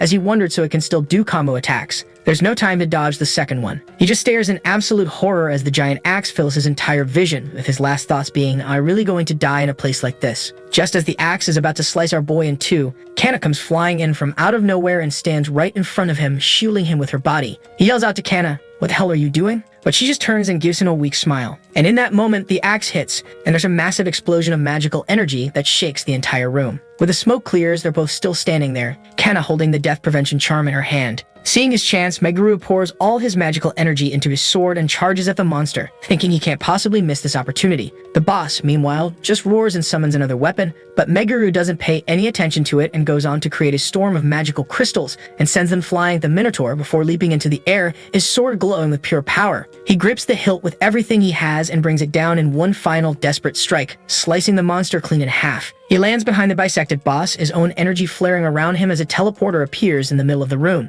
Meguru collapses to the floor, panting and muttering to himself. I seriously thought I was going to die just then. The system windows popped up all around him, and he just sighed as expected from an A-rank dungeon. All his stats have increased by 30 points, but what caught his eye was the extra 50 that he got from the Crest of Duty. The other hunters who saw the whole thing are just staring at him, wondering who the hell this guy is. He is all embarrassed and calls out to Kana, who is already treating the wounded Nozomi. He thanks her, admitting he would have lost if it weren't for her, and gives her another one of his signature awkward head pats, which she of course loves. He then adds, but seriously, don't ever do that again. My heart can't take it. Kana just fires back that he's the one who's always putting himself in danger. Just then, Nozomi walks up to him looking at him with a completely different expression as she says, honestly, I'm surprised you managed to defeat an A-rank boss. Are you really a jobless D-rank? Meguru just agrees, saying that now the Hunter Association should at least recognize him as a C-rank. Nozomi looks at his card and says, you're very strong, but then adds that it's weird he has trouble getting requests. It usually takes no time at all. Then, completely out of the blue, she grabs his hand and looks up at him with big, sparkly eyes. She launches into this whole sales pitch about him and Kana joining her guild. She talks about how it's a shame for a strong guy like him to not be in a guild, how they could get higher ranked jobs immediately, and how her guild doesn't even take a cut of the reward money. But then she drops the real reason, getting all blushy and saying, this is because I'd feel much safer if you were in my guild. I'd like to work with you. Meguru, being the dense idiot that he is, isn't picking up on any of this. He just thanks her for the offer, but says they have no plans to join any groups, no matter how good the deal is. He's thinking that joining a guild would tie him down, and he can't have that. Nozomi, seeing she's getting nowhere, changes tactics and says, then at least let me thank you for saving us. We can meet tomorrow, just the two of us. Meguru, being a lifelong virgin, wasn't able to pick up her intention and just agreed. Just to be extra careful, she asked him, so who is Kana to you? Kana, who heard this, perks right up, probably expecting some sweet, heartwarming answer. And Meguru, without giving it a single thought, says she's just a regular member of my team. At this point, you could literally hear Kana's heart shatter into a million pieces. Nozomi was thrilled with this answer as her eyes lit up. Meguru was completely confused by her reaction. Meanwhile, Kana is just watching them leave, having a full-blown internal panic attack, thinking to herself, what the hell just happened? So the next morning, Meguru is getting ready to leave for his date, completely oblivious to the storm cloud brewing in the corner of the room. Kana is just staring daggers at him and mutters to herself, after you said you cared about me, you idiot. Sometime later, he arrives at the meeting spot to find Nozomi already there, waving at him with a bright smile. He asks how long she's been waiting, and she just waves her head in denial, claiming she's been there for less than 5 minutes after a quick chat. They head to a seriously fancy restaurant, and our boy was actually impressed, telling her the food is really good and that she seems to know her way around good restaurants. Nozomi is practically glowing from the compliment and seeing her chance. She wanted to start firing questions at him but controls herself and starts with a casual, so what do you do on your days off? He gives the most pathetic answer imaginable, saying he just rests since he can't get any requests. Hearing this, Nozomi's face lit up, but once again, not wanting to let the curiosity get the better of her, she straight up asked him, so you don't have a girlfriend, do you? Meguru thinks to himself, where does that come from? And just nods, answering her question. Seeing her face lit up from pure joy, Meguru thinks to himself, what the hell is wrong with her? Just as she's about to ask for his ring size, she remembers herself and gets serious. Feeling odd about the situation, he too asks what she does on her days off, and she says she rests too. Then turning her face all serious, she brings up what he said in the dungeon the other day about how overestimating your skills can end in tragedy. She admits that it already happened to her once. She got arrogant, bit off more than she could chew, and lost her best friend because of it with almost teary eyes. She says, I never want to experience anything like that again. That's why I work so hard. Crossing his arms, he told her, I understand in that aspect. We're more alike than I thought. It's a genuine connection, a perfect moment, which this dumbass immediately shatters by adding, I don't want Kana to get hurt again. I will make sure to protect her. That's the only thing on my mind. Nozomi's face freezes after mustering up her courage. She asks him, by the way, what is your relationship with her? Are you really just in the same group? Meguru, in a moment of pure dumbassery, blurted out, we're just members of a group who live together. With widened eyes, Nozomi asks him, you do what? And Meguru, our fumble king, just went. Didn't I tell you? Kana and I live in the same room. After they leave the restaurant, Nozomi is so depressed she's practically dragging her feet on the pavement. Meguru, finally sensing he might have fucked up, suggests they stop at a weapons and armor store to cheer her up, and what do you know? This actually works. She immediately brightens, geeking out over the enchanted swords. A shopkeeper with a thick Chinese accent approaches them. Nozomi finds a particularly badass sword, gives it a few swings, and hands it to Meguru, telling him to try it out. He does, admitting it feels like a good sword before adding that he doesn't know much about swords. Hearing this, the shopkeeper asks him what kind of sword he normally uses. He summons Sito's sword, the black blade with a distinctive raven mark on the hilt. The second the shopkeeper sees it, his friendly smile vanishes, replaced by pure murderous rage. His accent thickens as he snarls. "So you work for Matsubara?" He whips out a small knife and lunges straight at Meguru, who immediately shoves Nozomi behind him and parries the attack with Sito's sword. "Did you say Matsubara?" he asks, trying to get a handle on the situation. But the shopkeeper is in no mood to listen to him as he screams out, "Shut up and die," while lunging at him again. Meguru dodges and tries to tell the guy it's a misunderstanding, but the dude is just not listening. Finally getting tired of this, Meguru decides to end it. He puts his sword away, catches the shopkeeper's knife hand with zero effort and says, "If you insist on attacking me, I can't help it." Then in one smooth motion, he tackles the man to the floor, pinning him down without actually hurting him and says, "I'm trying not to hurt you, but you need to stop." Then in what has to be the most awkward date ending in human history, he turns to Nozomi, who has been watching this whole situation unfold, and says this was fun, but we should probably call it a day. He drags the still struggling shopkeeper into the warehouse, leaving a completely bewildered Nozomi standing alone. In the back, Meguru finally gets the guy to listen. "I don't work for Matsubara. If I worked for him, you'd already be dead." That seems to get through the shopkeeper's thick skull, and the guy looks embarrassed. Now that he has his attention, Meguru starts asking him questions and starts with asking him why he thought he worked for him. The man explains that the raven symbol on his sword is Matsubara's mark, a brand that all his people and their weapons have. Meguru summons the sword and the shopkeeper freaks out, saying, "Yes, this symbol? It has a portion of the dungeon master's power in it."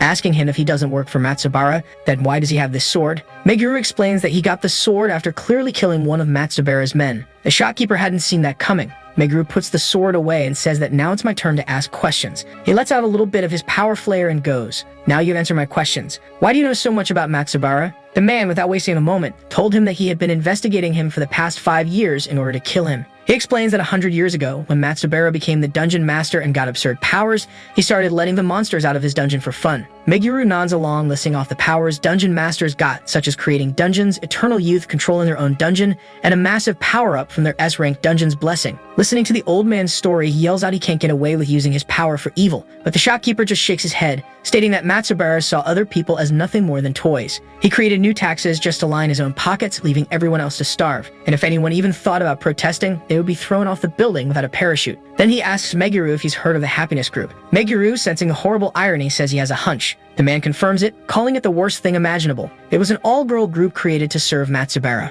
Officially, they were just there to give massages and sing for him, but the reality was much, much darker. His own daughter was kidnapped to be a part of it, and when his wife tried to resist, they took her away too, as he told him that the old scars resurfaced, and he said that when I promised I would kill him. He explains that he came to Japan because it's impossible to kill Matsubara inside his own dungeon, and he learned that Bastard would be visiting. In fact, he's here right now. The man bows, apologizing for attacking him, but Meguru just brushes it off, telling him not to worry about it. But he adds bluntly, "You'll never be ready to defeat Matsubara." That sets the shopkeeper off. He throws a punch, screaming, "What could you possibly know?" Meguru dodges it effortlessly as he says, "I know more than you, and while I empathize with you, that doesn't change the overwhelming difference in power between you and him. Besides, I'll be the one who kills Matsubara." The shopkeeper is completely stunned by this, but Meguru just says that he has his own history with the man. Seeing the resolve in his eyes, the shopkeeper flinches. Realizing they're on the same side, he says, "Then you should join my group. We all have to work together. We can always use more friends." Without even thinking for a minute, Meguru immediately rejects the shopkeeper's offer, making it clear he has no interest in making friends and that he has to be the one to kill Matsubara with his own 2 hands, while thinking to himself, Kana is the only person he can trust, and that's final. He won't repeat the same mistake again. The shopkeeper gets pissed, yelling about how his group is strong,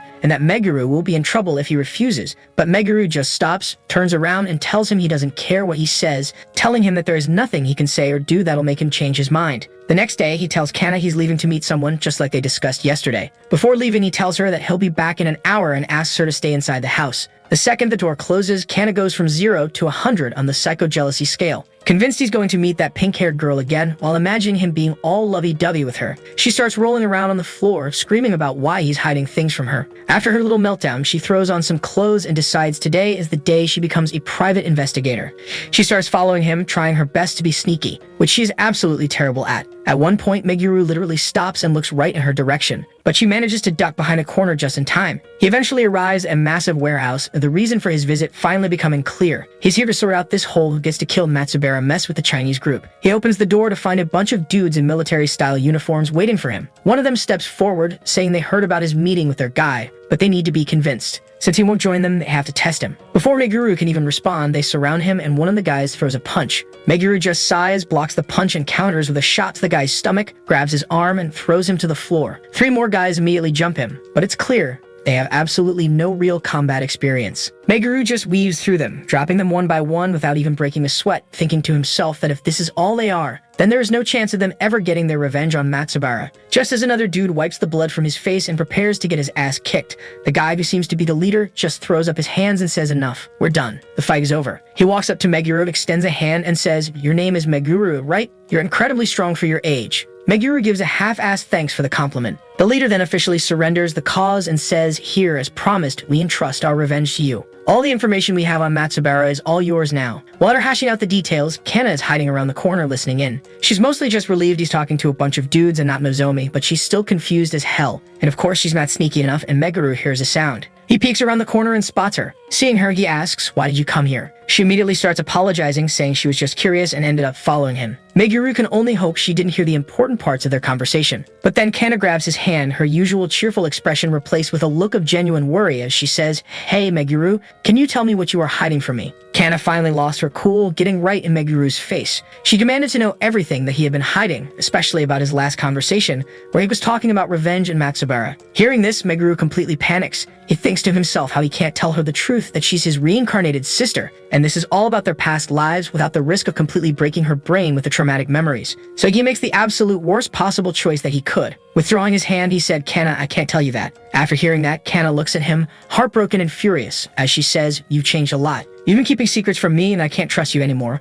before turning to leave, screaming at him to stay away and leave her alone as she runs off. Meguru is left standing there, completely stunned by the mess he just made. Meanwhile, on the other side of the city, Matsubara is fuming in his limo, thinking to himself how this jobless nobody, Izumi Meguru, killed his A-rank enforcer, Sato, and for that, he wants to crush him personally. But a direct attack is too risky and would draw unwanted attention. Just as he's pondering how to handle it, he spots Kana walking down the street looking miserable. He even notes how much she looks like Meguru's sister. He decides then and there that as long as Meguru poses any threat, no matter how small, he has to die, just like he killed him and his sister all those years ago. The scene cuts back to Kana, sitting alone on a swing set, drowning in regret. She feels she was too cruel, but she just hates being kept in the dark. A fight wasn't what she wanted, but his refusal to trust her with his secrets hurt more than anything. But as Kana sits there on the swings, her brain finally starts working. She realizes maybe, just maybe, she was the one wrong in this situation, thinking to herself that Meguru might have a good reason for hiding things, and since she was the one who stalked him in the first place, she's probably not in a position to be blaming anyone. Deciding she needs to be the bigger person and make up, she pulls out her phone and sends him a quick text, saying she was sorry for her behavior earlier and that she's heading back to their room. But just as she hits send, someone approaches her. She looks up and sees a smiling man who practically radiates serial killer vibes. She asks if he's talking to her, and he just says, "Now I'm not someone suspicious." Kana mutters to herself, "Did I say that out loud?" It takes her a second, but then it clicks. She's seen this guy's face before. He's one of the 6 heroes and the leader of the guys from before. Matsubara asks if she's Meguru's companion, claiming they know each other. Then he dangles the bait and says, "I could tell you something about his past that you don't know." Kana hesitates, taking a step back, but the temptation is too strong. She just had a massive fight with Meguru over his secrets, and now this guy is offering them up on a silver platter. She knows he's dangerous, but her curiosity wins out. She agrees to listen, telling herself she'll just run away if things get bad. Plus, she still has the charm that Meguru gave her, so she should be fine. Matsubara grins, raises his fist, and says, "Then let me tell you all about it." Kana flinches and closes her eyes, and just like that, her amulet flares to life, creating a shield of magical light around her. But this wasn't some D-rank chump that she was facing. This was Matsubara, one of the 6 most dangerous people in the world. The magic washes over him, and all it does is make the psycho smile wider before the amulet shatters into dust. He mutters about how trifling she is before punching her square in the stomach, knocking her out. As she collapses to the ground, he picks her up, throws her over his shoulder, and walks away. "I'll tell you everything," he says to her unconscious form, "right after I call Izumi Meguru to the place I need him." He brings Kana to some dingy-ass dungeon. He has tied her up to some wooden boards and is just staring at her as he says, "This looks good," prompting Kana to say, "You bastard." There's nothing good about this before adding how there's no way someone like him could ever defeat Meguru. Matsubara just hits her with his usual evil smile and says she's quite cute, grabbing her face and dialing the creep factor up to 11 by adding that he likes her sassy side. And then he declares that when the battle is over, he's going to take her as his bride. Kana looks at him completely horrified. As if he couldn't get any worse, Matsubara takes her phone out of her pocket, starts scrolling through her messages with Meguru, and calls their exchange amazing. Kana screams at him to give her phone back, so he does the most classic, try-hard villain thing imaginable. He punches the wall right next to her head and says, "You just need to watch," telling her he'll let her have a front row seat to watch Meguru get crushed by despair and fear. At the same time, Meguru is back at their apartment, pacing around and wondering why Kana hasn't come back yet. It even sent her a text saying he was sorry too. Just then, his phone rings. It's Kana's number. He answers, expecting to hear her voice, but instead, some dude greets him by name. Meguru immediately tenses up, asking who the hell he was just to be hit with the "I took your woman" line. Before Meguru can even process it, Matsubara interrupts him, tells him where to go if he wants her back, and then hangs up. Meguru is left screaming into a dead phone, absolutely furious that he didn't get any answers. A second later, a map just conveniently pops up on his screen, the pin dropped on the location. I don't know who it was, Meguru thinks to himself, clutching his phone so hard it's a miracle it doesn't shatter, but he interfered with something he shouldn't have. Sometime later, he arrives at the marked location, his eyes scanning the area. Looking at the phone, he mutters, "It must be here somewhere." Meguru finally gets to his destination and after walking for a bit, spots his target. Matsubara is just sitting by a campfire next to a dungeon portal. "That was pretty," he mutters. But Meguru recognizes that voice, and as he does, a sick sense of satisfaction washes over him, and a realization hits him that he has heard that voice somewhere. And then he mutters out that he's actually glad it's this bastard, because it saves him the trouble of hunting him down later. He points his sword straight at Matsubara's face and says, "You are going to die." Matsubara slowly gets to his feet, gesturing to the portal. He says there is no need to rush. "Your woman is inside this dungeon, you know, and if I die, the dungeon will disappear along with her." He lowers his sword. Matsubara just grins and strolls into the portal, telling Meguru to follow him into the dungeon that he has created, saying that it has no monsters and is absolutely perfect for getting rid of people. Meguru immediately connects the dots as he said, "That double dungeon in front of our house, that was you too, right?" Then it dawns on him that he has been asking the wrong question. Gripping the hilt of his sword, he said, "Is Kana hurt or not?" Matsubara, enjoying his way too much, just opens a door and says, "Why don't you take a look for yourself?" They walk into a room and there she is, chained to some wooden boards. Meguru immediately runs to her side, telling her to wait a little and promising that he'll free her, but before he can do anything, Matsubara summons a ridiculously huge hammer and says, "In that case, we can begin." Meguru turns to face him before throwing one last question at him. "Why do you hate me so much?" "I'm just a jobless D-rank." He thinks for a moment and says, "It's because you look like someone. Some guy from 100 years ago that I didn't like one bit. That's all." Meguru just stares at him for a second and goes, "I understand, and if that's the case, then let me tell you something interesting. That jobless guy you dislike so much is none other than me." After the small talk was over, Meguru didn't waste any time. He swung his sword with full force, and in that instant, his entire body burst with a powerful wave of magical energy. Matsubara's eyes widened as he was taken completely by surprise. The way Meguru moved, the energy he radiated, it was all too familiar. He muttered to himself, "That style, that presence, there's no mistaking it." Gritting his teeth, Matsubara raised his weapon and their blades collided with a deafening clash. Meguru tried to match the force, but it wasn't even close. He was pushed back several meters, sliding across the ground. Matsubara didn't hold back his remarks as he said, "You're weak. You're nothing like you were 100 years ago." And deep down, Meguru knew he was right. The difference in power between them was huge and undeniable. But that didn't mean the fight was over. Not by a long shot. Meguru gripped his sword tighter, thinking fast. He knew he couldn't win through brute strength, but maybe, just maybe, he could outsmart him. His eyes locked onto Matsubara's left shoulder. There was something off about that piece of armor. It was heavier and uneven. Meguru figured it wasn't just for defense. It had to be some kind of magical artifact. Maybe it boosted Matsubara's mana temporarily, allowing him to move with surprising agility despite his massive size. That would explain a lot. And if that was the case, then that piece of armor might just be the key to winning.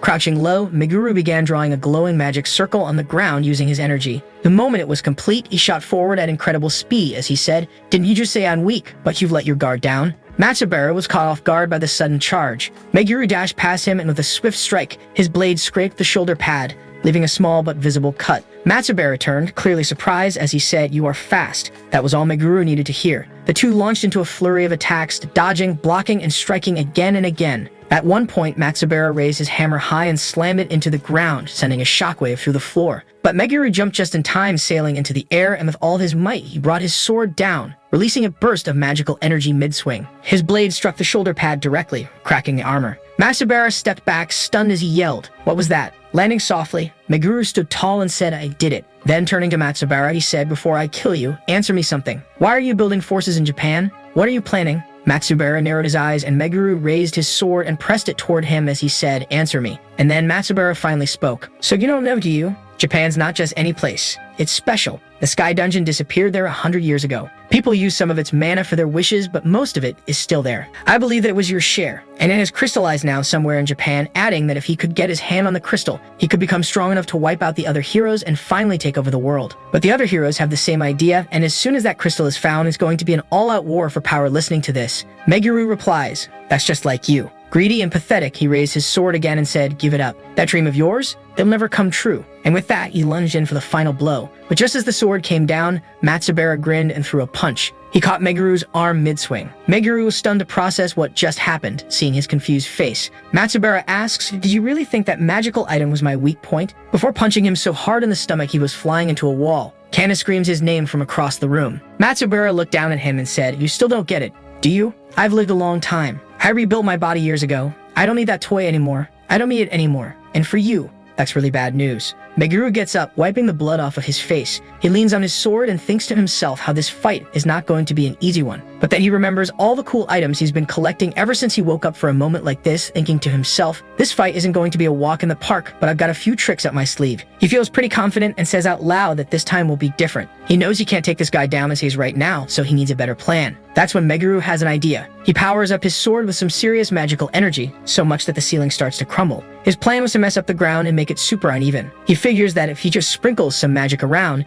his opponent won't be able to use his famous power on the slippery, messy soil. With his trap set, Meguru starts running toward Matsubara. Being jobless, he's learned to adapt to any situation. He channels his energy and unleashes a flame blast. He then quickly drinks a potion, hoping that'll be enough to take Matsubara out, but he has a feeling they're just getting started. And he's right. Matsubara emerges from the attack with a grin, his eyes glowing. He swings his massive hammer, and Meguru knows his only chance is to dodge the first hit and then hit him with a spell. As Matsubara swings, he smirks and calls Meguru knave. But Meguru has a smile of his own, thinking he's about to neutralize the attack. Matsubara is totally shocked when his hammer blow does nothing. Meguru seizes the moment and strikes back with his sword, sending Matsubara flying to the ground. For a second, Meguru thinks, wow, that was my last resort, but it actually worked. But Matsubara just laughs it off, saying he didn't even feel it. He calls all of Meguru's efforts cheap tricks and says his attacks are way too weak. He puts a hand on his own shoulder and says that all these strange abilities are just because of Meguru's jobless class and what a mess he's made. Then to Meguru's shock, he lifts his hammer and the whole dungeon ceiling starts to repair itself. Seeing the dungeon repair itself, Meguru gets surprised as he asks, "What is this?" Matsubara just smiles and asks why he's so surprised, reminding him that it's his own dungeon. He then creates a flame in his hand, asking if he's surprised by that too. Suddenly, monsters start appearing all around them. Gargoyles fly toward Meguru, and he tries to fight them off with magic. But then he looks down and sees another monster biting his leg. While Meguru is distracted, Matsubara smirks and hits him with his hammer, shouting, "Don't forget about me." The blow sends Meguru flying several meters back. He hits the ground hard and thinks about how big the power difference is between them and feels a wave of hopelessness. His enemy is right there and he can't do a thing. He wonders if this is just going to be a repeat of what happened 100 years ago. Just then, a powerful energy fills his hand, and the mark on it starts to glow brightly. He stares at it, confused, and just then a system window pops up in front of him, asking if he wants to consume all of Crest's power to obtain the power of duty. Meguru stared at the glowing system window in front of him, and then his eyes locked onto the fine print. If he didn't replenish his energy within 30 seconds, he would die. Confused, he glanced at the mark glowing on his hand as he thought to himself, what exactly is this? But then he shook his head and thought, doesn't matter. If his power could make him stronger, he had no reason to hesitate. With a firm press on the screen, he accepted the offer, and instantly, the system notified him that his attack power and speed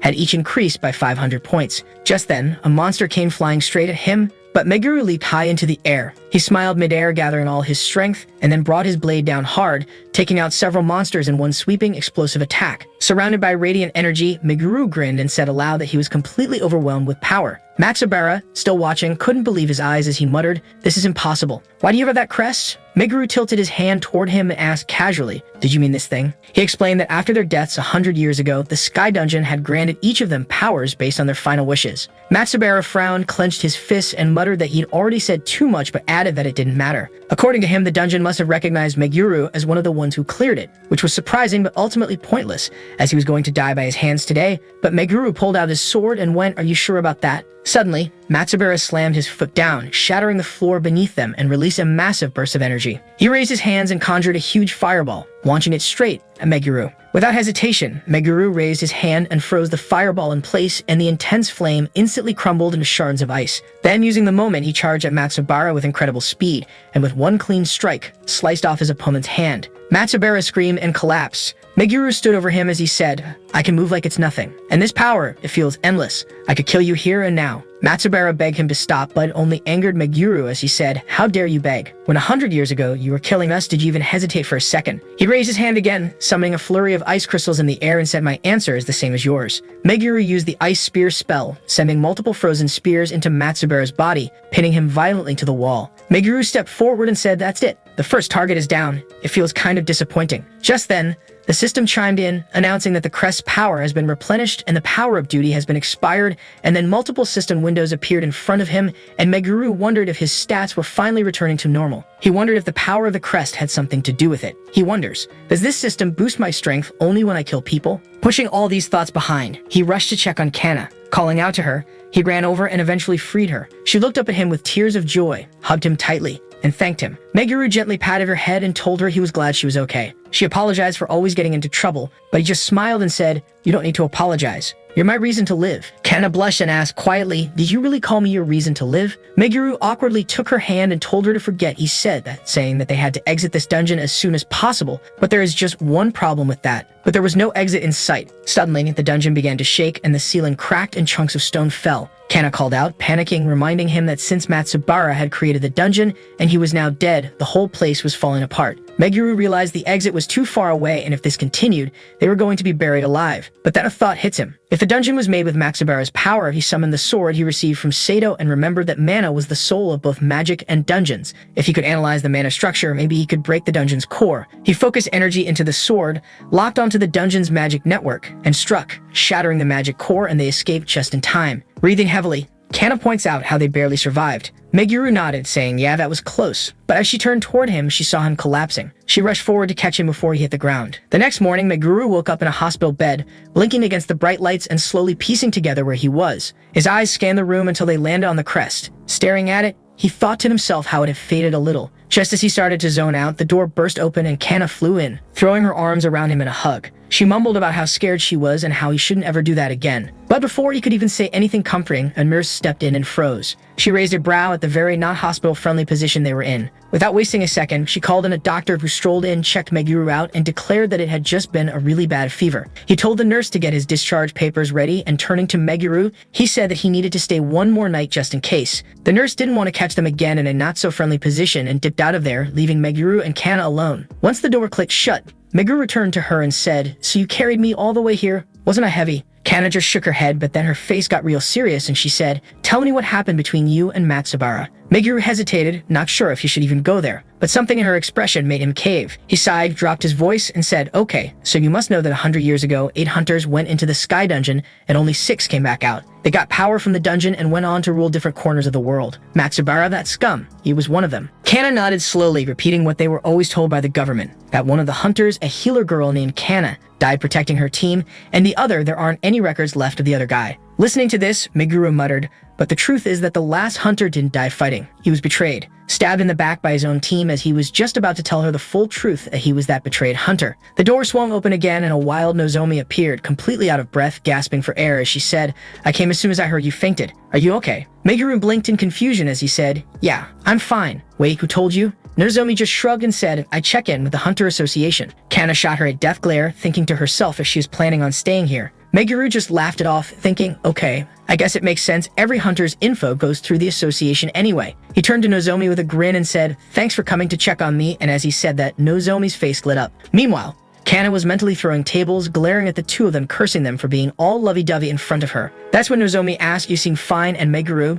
being the classic knucklehead, said, I can't die yet. I still bad protect Kana. And just like that, tables had turned. Now it was Kana's turn to blush and smile, her imagination going wild with romantic anime moments while she started giving Nozomi the side-eye. Meguru sat there between them, stressed, thinking, what even is this tension? While the girls were busy with their stare-off, Meguru sighed to himself, realizing this definitely wasn't the moment to go deeper into his past. It just wasn't the vibe. After a while, both girls left the room and Meguru waved them off, finally getting a moment of peace. Bored, he grabbed the remote and turned on the TV just to pass the time. But what he saw made his blood run cold. On the screen was none other than Matsubara giving an interview to a thick news reporter. Meguru stared at the screen thinking to himself, what the hell is going on? Why is Matsubara alive? Didn't I kill him? Just like that, time flies by and our boy Meguru is back inside a dungeon committing straight up monster genocide with Kana and Nozomi. All of them are working together like some kind of dream team, completely in sync, covering each other's backs and absolutely demolishing the dungeon boss. After clearing the whole place, Meguru gives his hand a little squeeze and mutters that this was perfect for getting back into the swing of things. Just then, the system window chimes in, letting him know his stats went up. This time, except for his attack stats,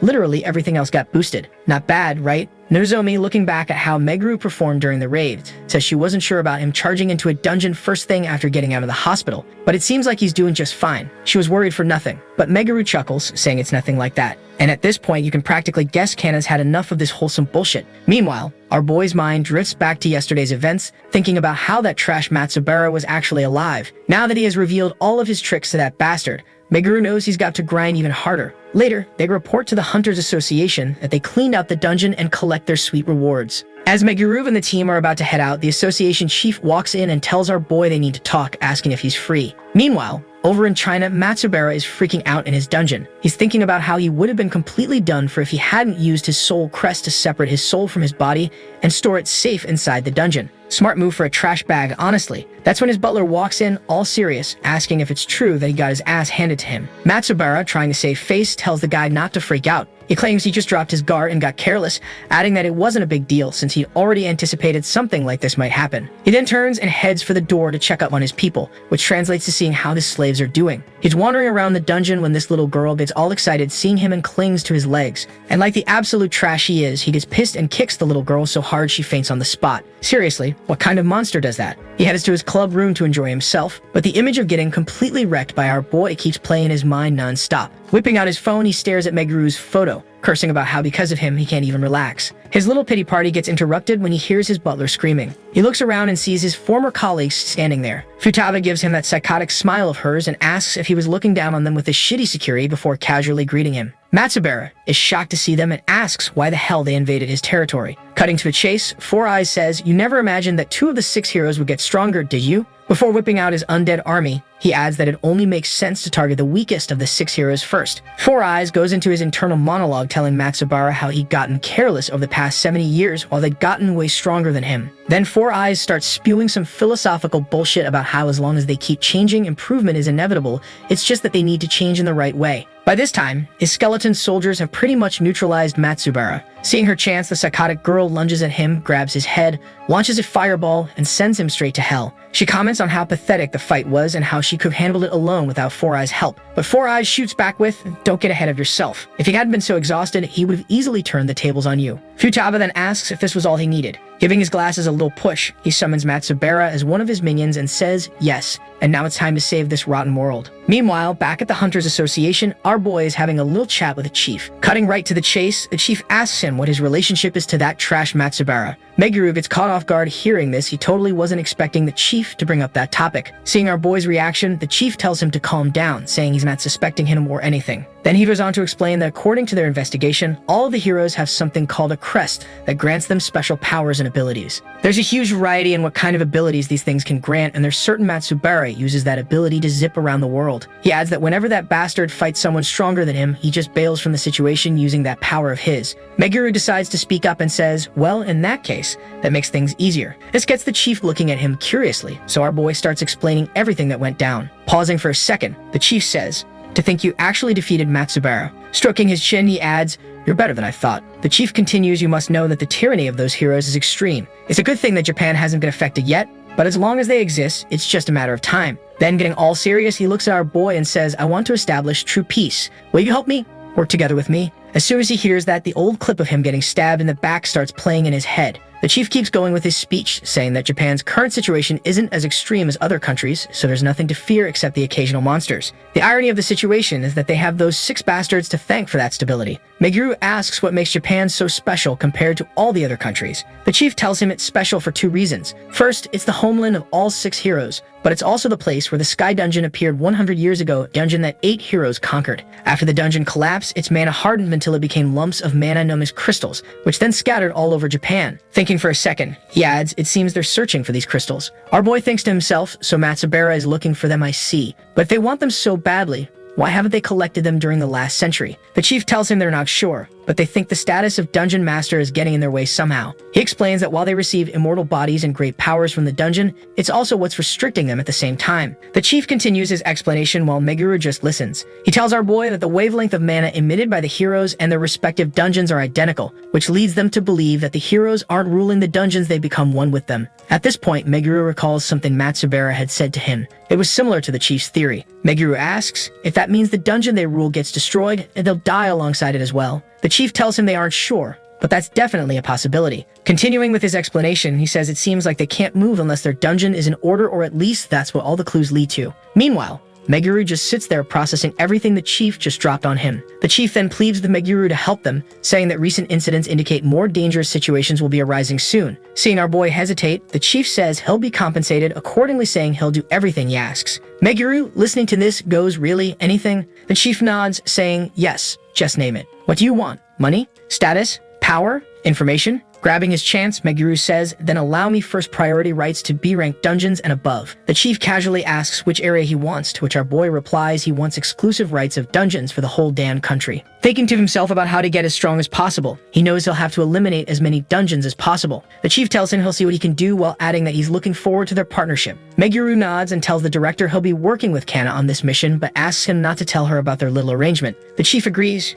Meanwhile, our boy is thinking to himself about how he believes he can protect Kana if she's closer to him, and how he can't do anything if she's not by his side. The chief asks if that's all he wants, causing Meguru to look in with bewilderment. Seeing this reaction, the chief says, "You know you'll be fighting against the 6 heroes. Surely you don't think you two can pull that off alone?" Adding that he can introduce him to some powerful people if he wants. That's when our boy gets a light bulb moment and mutters, "I didn't even think about that." Getting up, he says, "Well, in that case, there's someone I want you to add to my party." The next morning, Meguru and Kana went to Nozomi, asking her to join their party. As he did, her face lit up, and she probably might have even imagined all sorts of scenarios in her head about living with our boy. But all of that came crashing down when she asked if the offer extends to her friends too. Meguru just shook his head, telling her he only wants her. This prompts her to ask why her friends can't join. Our boy tells her straight to the face that if they come with them, they'll die for sure, and by the looks of it, her friends know it too. But in reality, he's not some saint looking out for them. He's just concerned that if they tag along, they'll drag the team down, since Nozomi is the only strong one in their group. This asshole even thinks about how if he brings them along, he could sacrifice them if Kana ever gets in danger. That's when Nozomi gives him her reply, saying that if that's the case, she can't join him. That would mean betraying her friends.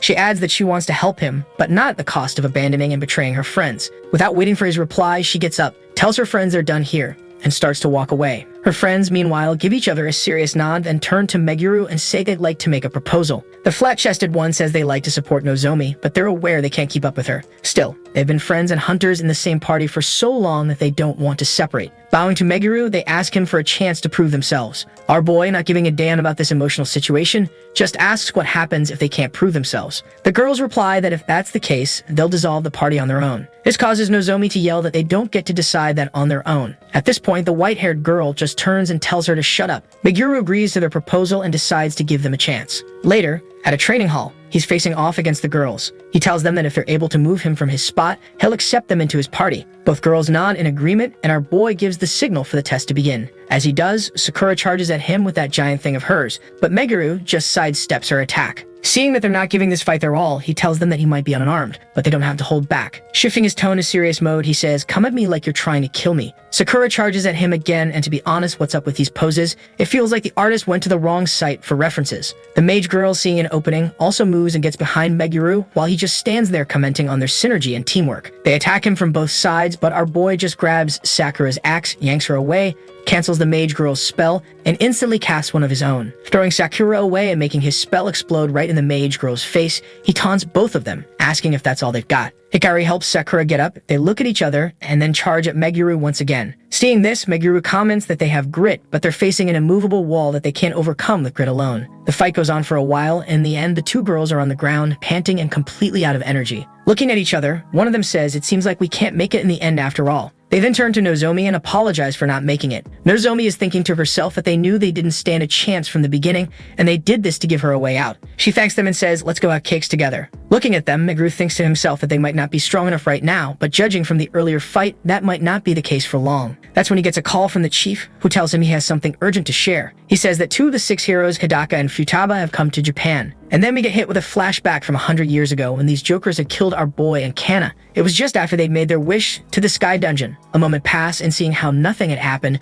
Matsubara started losing his cool, saying how they'd cleared the dungeon but their wishes hadn't been fulfilled. After he throws his little tantrum, a bunch of system windows pop up, informing them that they become dungeon masters and that they had to find a dungeon within 72 hours and rule it, or else they'd die immediately. The system informs them of their perks, how they won't age, and other shit we won't get into, and then drops the bomb that when the dungeon collapses, they can collect the crystals. These crystals will be scattered all around Japan, and they can fulfill their wishes by collecting them. After they finish reading all the info, the fatty says it seems like only one of them can get their wish fulfilled. The assassin smiles brightly and says, "Seems like we're enemies now." Then all of them start sizing each other up. Before they could lunge at each other, the archer guide Tsurumi points at the system panel and says it seems like there's a lot of info here. Kawasaki agrees, saying the day will end before they can read it all. And guys, I'm not a motorcycle guy, but I won't mind riding this Kawasaki. That's when Psycho Girl whips out her phone and tries to take a photo of all the info, but the system doesn't let her. Seeing all these letters, Matsubara just goes, "No way in hell. I'm reading all of this." This dumbass doesn't know what's going on, and all his brain was able to make out from all the info was that he'll just have to collect that crystal thingy to get his wish fulfilled. Then, adding insult to injury, he says, "Guess I can take my time if I just kill you all first." Turning to leave, he says, "You guys can waste your time reading all of it. I'm going to China." He claims China is by far the greatest choice since it's close to Japan, and then he just leaves. Listening to this, the archer guy goes, "Well, China does have a geographical advantage, but did that dumbass really just leave without reading it all?" Then, turning to the system window, the rest of them go on to read the remaining info. Their gaze lands on a particular panel that basically says that one of them could become a god and would be able to do all sorts of logic-bending shit, which basically means only one of these fools gets to survive while the rest die. The archer guide, reading all the info, says judging by the description, it seems that it won't be able to gather them overnight. The assassin, for some weird reason, was still stuck on the fact that they'll have to kill each other. Their talks went on for a while. Back in the present, the fatty is trying to have a serious conversation with Futaba, saying how they'll have to fight each other when they deal with the others and how only one of them can make it out alive. But Futaba is more concerned about social media followers than listening to this fatso talk. Well, can't blame her. This dude is hard to look at. He asks her to put her phone away, and she does, asking if he has an idea as to how to gather the shards quicker. Fatty tells her he has an amazing plan, but he just needs a little time to get ready. At this point, she loses all interest and tells him to deal with that himself. Just then, he tries to say something, but Futaba gets all serious and says, "Hey, didn't I say I want to take some pictures? Didn't you hear my request?" And a symbol starts glowing on Fatty's neck. He tells her to go ahead and take the picture while thinking to himself how getting her to comply with his plan was difficult. In the end, he had to make a pact with her that he has to obey all of her requests and can't hurt her. Meanwhile, back in Japan, our boy has just gotten the news of 2 heroes being in the country. The chief tells him he'll give him more info later, saying they're the top priority, and he'll have to focus on them instead of Matsubara. Meguru says he doesn't have a problem with it because all that changes is the order he'll have to deal with them. The chief then tells him to swing by the Hunters Association, since there's something he wants to give him. Later, he goes to the association along with Kana and Nozomi. The chief leads them to the storehouse, telling our boy that the heroes are powerful, so if he wants to fight them, he'll need a proper weapon. He then leads them into the inventory and tells them they're free to take whatever they want. After looking around for a while, a kick-ass looking sword catches Meguru's eye. He picks it up, and seeing this, the chief goes, "As the most expensive thing we have here. That sword costs around 20 million yen. But our boy just shakes his head and says, "Not good enough. It's decent, but it won't be good enough for me. I'm used to a better weapon." Putting the sword back, he asks, "Is this the best you can offer us?" The chief says yes, at the moment that's the best they can do. He adds that if he needs a better weapon, they'd need special materials. Meguru asks him if they can give them better weapons if they give him the materials. The chief nods, saying if he could bring him a philosopher's stone, he could use it to strengthen the weapon. Meguru, who apparently was an S-rank hero, didn't know that and goes, "It can be used like that." The chief tells him it can, and if he could bring him one A-rank philosopher's stone, it could make weapons for all 3 of them. Meguru thinks to himself how he can manage without a weapon for now, but Kana and Nozomi can't, so he asks the chief where he can get a philosopher's stone. The chief tells him that they appear in A-rank dungeons and above, so he'll have to clear the dungeon in order to get his hands on the stone. Meguru starts thinking about how rare the A-rank dungeons are, so they might have to wait for quite a while before they can raid one, but that's when the chief told him that an A-rank dungeon has appeared recently in central Tokyo. This shocked Meguru as he asked, "Didn't one just appear in Shibuya yesterday?" And the chief told him that lately there has been a disturbance in the dragon's vein and mana all around Japan has been in turmoil, so that might have something to do with that. Later, as they were on their way, Nozomi told the group that she had looked into Futaba, saying that she sure is something, and handed the phone over to Meguru. Apparently, Futaba ran her social circle like a goddamn dictator, forcing her followers to like and subscribe to her Pinterest posts. Kana asks her what would happen to someone who forgets to do so, and Nozomi tells her that they'll get purged for that. Yeah, committing mass murder over likes and subscribers, that totally makes sense. She then adds that her other victims include women that are more beautiful than her and men who are nasty. Listening to this, our boy goes, well, that sure sounds awful. Nozomi then starts telling the group about Fatty, saying that dude is plain as hell. He is just her dog on a leash that is tasked with carrying out political murders for Futaba. Kana asks him if he must already know more about these guys, since he used to know them in his past life, to which Meguru replies that he does, but that was 100 years ago. Kana's curiosity gets the better of her as she asks him what kind of people they were before they stabbed him in the back. Meguru thinks to himself how he hasn't told any of them anything about their past, but decides that he'll share only enough information and hide the part about Kana being his sister and her reincarnation. He starts telling the group the story of 1 week before their raid at the Sky Dungeon. It was the first time they had met with the other 6 to discuss the plan, and the first meeting went how you would imagine. The psycho girl was still psycho, and this trash was still trash. They met in front of an A-rank dungeon, went inside, and slaughtered the monsters,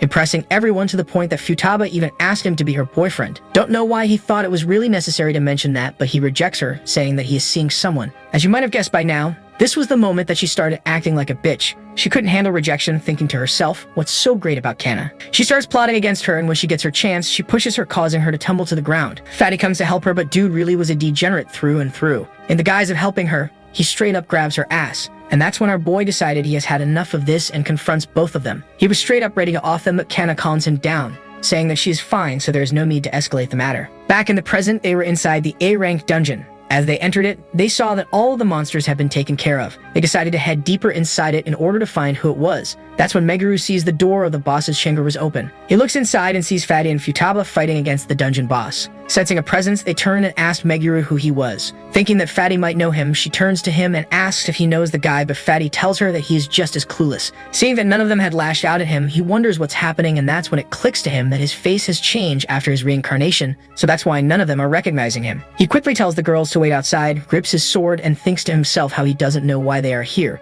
But if he plays it smart, he can take them by surprise, but he decides it's too soon to make a move and decides to get closer to them first. He then ever so calmly asks them what they were doing here. Futaba asks him if he was the hunter that was tasked with clearing the dungeon, apologizing to him. She said they already took care of the boss, so he can return. Meguru just repeats what they said while getting closer, reminding himself every step of the way to control himself. As he gets close enough, he conjures a spell and is ready to turn these 2 bastards into ash. But Fatty notices it just in time. He pulls Futaba out of harm's way and sidesteps Meguru's attack, summoning his skeletons to distract him while they get to safety. Meguru makes quick work of the skeletons, realizing that Meguru was dangerous. Fatty then warns Futaba to be careful, saying that Meguru was not an ordinary guy. Listening to the explosion, both of the girls rush inside, and one look at Kana was enough for Futaba to recognize her. She mutters to herself, isn't that Kana Akabane? While Fatty had picked up on how she had addressed Meguru, he wonders what's going on. That's when a memory from 100 years ago comes crashing in. He remembers how Meguru moved just now using both magic and sword, and how he just attacked 2 strangers without a moment of hesitation. He figured out that he was the same Meguru that they had killed 100 years ago. He turned to Futaba and asked her to leave, saying they can't waste time here, but her psycho switch had just flipped. Seeing Kana, she got all angry, saying how she doesn't care about anything else right now, and her top priority right now is to kill that blonde girl, even if she might not have any connection with the Kana she knew, saying her face just pisses her off. And since she was in her Harley Quinn mode, she said, I'll kill the pink-haired one too while I'm at it. Fatty, who apparently has a functional brain behind his eyes, thinks to himself how she won't listen to him now that she has made up her mind, and due to the pact, he can't disobey her either, so he plays it smart and tells her that she has 30 seconds to deal with him. Futaba turns and says, what do you mean 30 seconds? To which Fatty replies, surely you can deal with them in 30 seconds. You are strong enough, are you not? Or am I expecting too much right now? She wanted to give Fatty an earful, but decided to deal with Meguru and the girls first. Seeing how Futaba was just saying stuff about killing her, Nozomi asks Meguru what's going on here, adding, aren't they 2 of the 6 heroes? Before Meguru could say something, Futaba charged at them, casting spells one after another. Her first strike was directed straight at Kana. Meguru quickly pulls her away, thinking to himself how her attacks are fast and all he could do was barely dodge them, and to make matters worse, she's only attacking Kana. Nozomi told Meguru to take care of Kana while she deals with them, and without wasting a second, she straight up charges at her only to get hit in midair by one of her spells and fly straight to a wall. After taking care of Nozomi, she turns to Kana and gets all psychotic, but before she could do anything, Fatty intervenes and tells her that her 30 seconds are up, and surprisingly, she agrees to let them go for today and turns to the portal to leave. But before going, she reminds them that next time they meet, she'll kill him for sure. Without wasting a second, Kana tends to Nozomi's wounds. After she gets better, she asks Meguru how those heroes seem to know Kana and asks him what's going on. Realizing that he is cornered, Meguru thinks about how now he can't hide the truth anymore. He then turned to Kana and said, "You see, I'm not the only one that is reincarnated. You did too." Seeing the puzzled look on her face, he said, "Yeah, you were the legendary hero Kana-sama from 100 years ago. And unlike me, who lost his appearance, you're the spitting image of your past self. That's the reason why those two noticed you." Nozomi asks him, can it be that they just look similar and have no connection to each other? To which our boy says, "Nah, there's no way I'll not recognize my little sister." Kana hesitantly asks him, "So when you said all that stuff about protecting me and caring about me, but before she could finish, he just cut her off and said, 'Yeah, I care about you. You're my precious family.'" Man, he is completely unaware that she wanted to start a family with him and be one. Then he adds that the reason he is hell-bent on taking revenge is because those bastards hurt her, and that's why he can't forgive them. Later, when they got home, Kana, whose world just flipped upside down, was deep in her own thoughts, thinking about how she is the reason why Meguru is risking his life. That's when the doorbell rang. She gets up to answer it, but Meguru tells her to just go to her room and rest. He'll answer the door. He opens the door and finds that it's Nozomi who had come to pay them a visit. He asks her what had brought her here. She just turns to Kana and tells Meguru that she wanted to talk to him. And Kana is like, "Aren't you usually here to hit on Meguru? What possibly can you have to talk to me about?" But she decided to head out with her anyways. Outside, after a bit of walking in silence, Nozomi asks Kana if it bothered her when he said that he cares for her, but as a little sister. And Kana just told her that it doesn't bother her anymore, saying it's fine as long as they can stay together. She doesn't care about the relationship, adding that what bothers her is the fact that he is dead set on taking revenge because of her. If that wasn't the case, they could have enjoyed a peaceful life. But because of her, that can't happen anymore. Then getting all gloomy, she said, "I'm sure that my previous self wouldn't have wanted him to take revenge." That's when Nozomi says that she understands how Meguru feels, saying if it was her, if someone had hurt her friends, she would have done the same. Then turning to Kana, she asked, "Wouldn't you have done the same if they had killed Meguru?" Nozomi then says that all he has done is for her sake. Even her joining the party seems to be because he wanted to protect her, adding that she knows that he had brought her to the party so that he could focus on fighting, while thinking that if some danger arises, she'll throw her life away in order to save Kana. And Kana gets shocked to hear this and asks her if she's okay with that. She says that in the beginning she wasn't, but now she is, saying she trusts Meguru. And besides, she is certain that he'll win no matter what. Then turning and giving a pose that I'm swearing is not my wallpaper, she said, "So trust in him because he'll need your support and buffs in order to win." And then he starts explaining that not him, but every member of the party would need her help, pointing out how it's common knowledge to protect the party's healer. So she has nothing to feel guilty for. Just like that, the days pass and the party is ready for heading out to another dungeon raid. The chief, that bastard, had informed them at the last minute about an urgent dungeon request. Nozomi says she is ready to throw some hands, and then turning to Kana, she asks if she is ready. Meanwhile, Kana was thinking to herself how she would want Meguru to still give up on revenge. But she knows that Bastard isn't going to give in, so in the end, she'll have to give in. Later reach the dungeon site, and man, it's a real mess. The thing had popped up right in the middle of the city. Meguru just looks at it and goes, "Well, this is inconvenient. People can't even get to the shops like this," prompting Nozomi to say, "So this must be the reason why the chief had requested them to clear the dungeon as soon as possible." Meguru says that it doesn't matter. All he cares about is getting his hands on the Philosopher's Stone as soon as possible, and heads inside the dungeon. As they head deeper, Kana points out how the place looks pretty ordinary. Nothing special. Nozomi agrees, yeah, not only does it look normal, it's easy too. She points out how they breeze right up to the boss's chamber. Overconfident by their smooth progress and unable to get her excitement down, Nozomi heads towards the chamber without any care in the world. As she takes the first step, she triggers all sorts of traps. But thanks to her night class and strong build, none of it does any real damage to her. But unlike her, Kana could be poked with millions of holes. So Meguru decides to use his search skill and finds out that the whole way ahead is filled with traps. He told the group to be careful and how the needles would be flying out if they were to take a wrong step. Nozomi comments on how anyone that would come for the first time would fall for it, causing Meguru to say that indeed, that's how the A-rank dungeons are designed. They are cruel and unpredictable, so one must always be on their guard. And right on cue, some pumpkin monsters appear. Meguru casts a quick spell, taking them out before he even finishes his sentence. Then he lays out his genius plan. First, he casts a massive fireball that just incinerates all the traps. Then he tells Nozomi to lure as many monsters as she can, while Kana provides her with buffs and heals. The girls get right to it without wasting a second. While Nozomi charges at the monsters recklessly, of course, Kana provides her support from behind. And our boy just stays in the background, commenting on how they are doing their tasks flawlessly. He then decides it's time for him to lend them a hand as well. So he conjures a lightning spell, goes to a nearby pumpkin monster, and lets the chain effect do its thing. After all of the pumpkins were thoroughly cooked, he turned to the group and praised them for their performances. Looking at the poor pumpkin monsters, Nozomi thinks to herself, so this is what happens when Meguru focuses on offense. She then turned to Meguru and said, "Hey Meguru, I want to make fighting as easy for you as possible, but I don't have the defense to be your vanguard."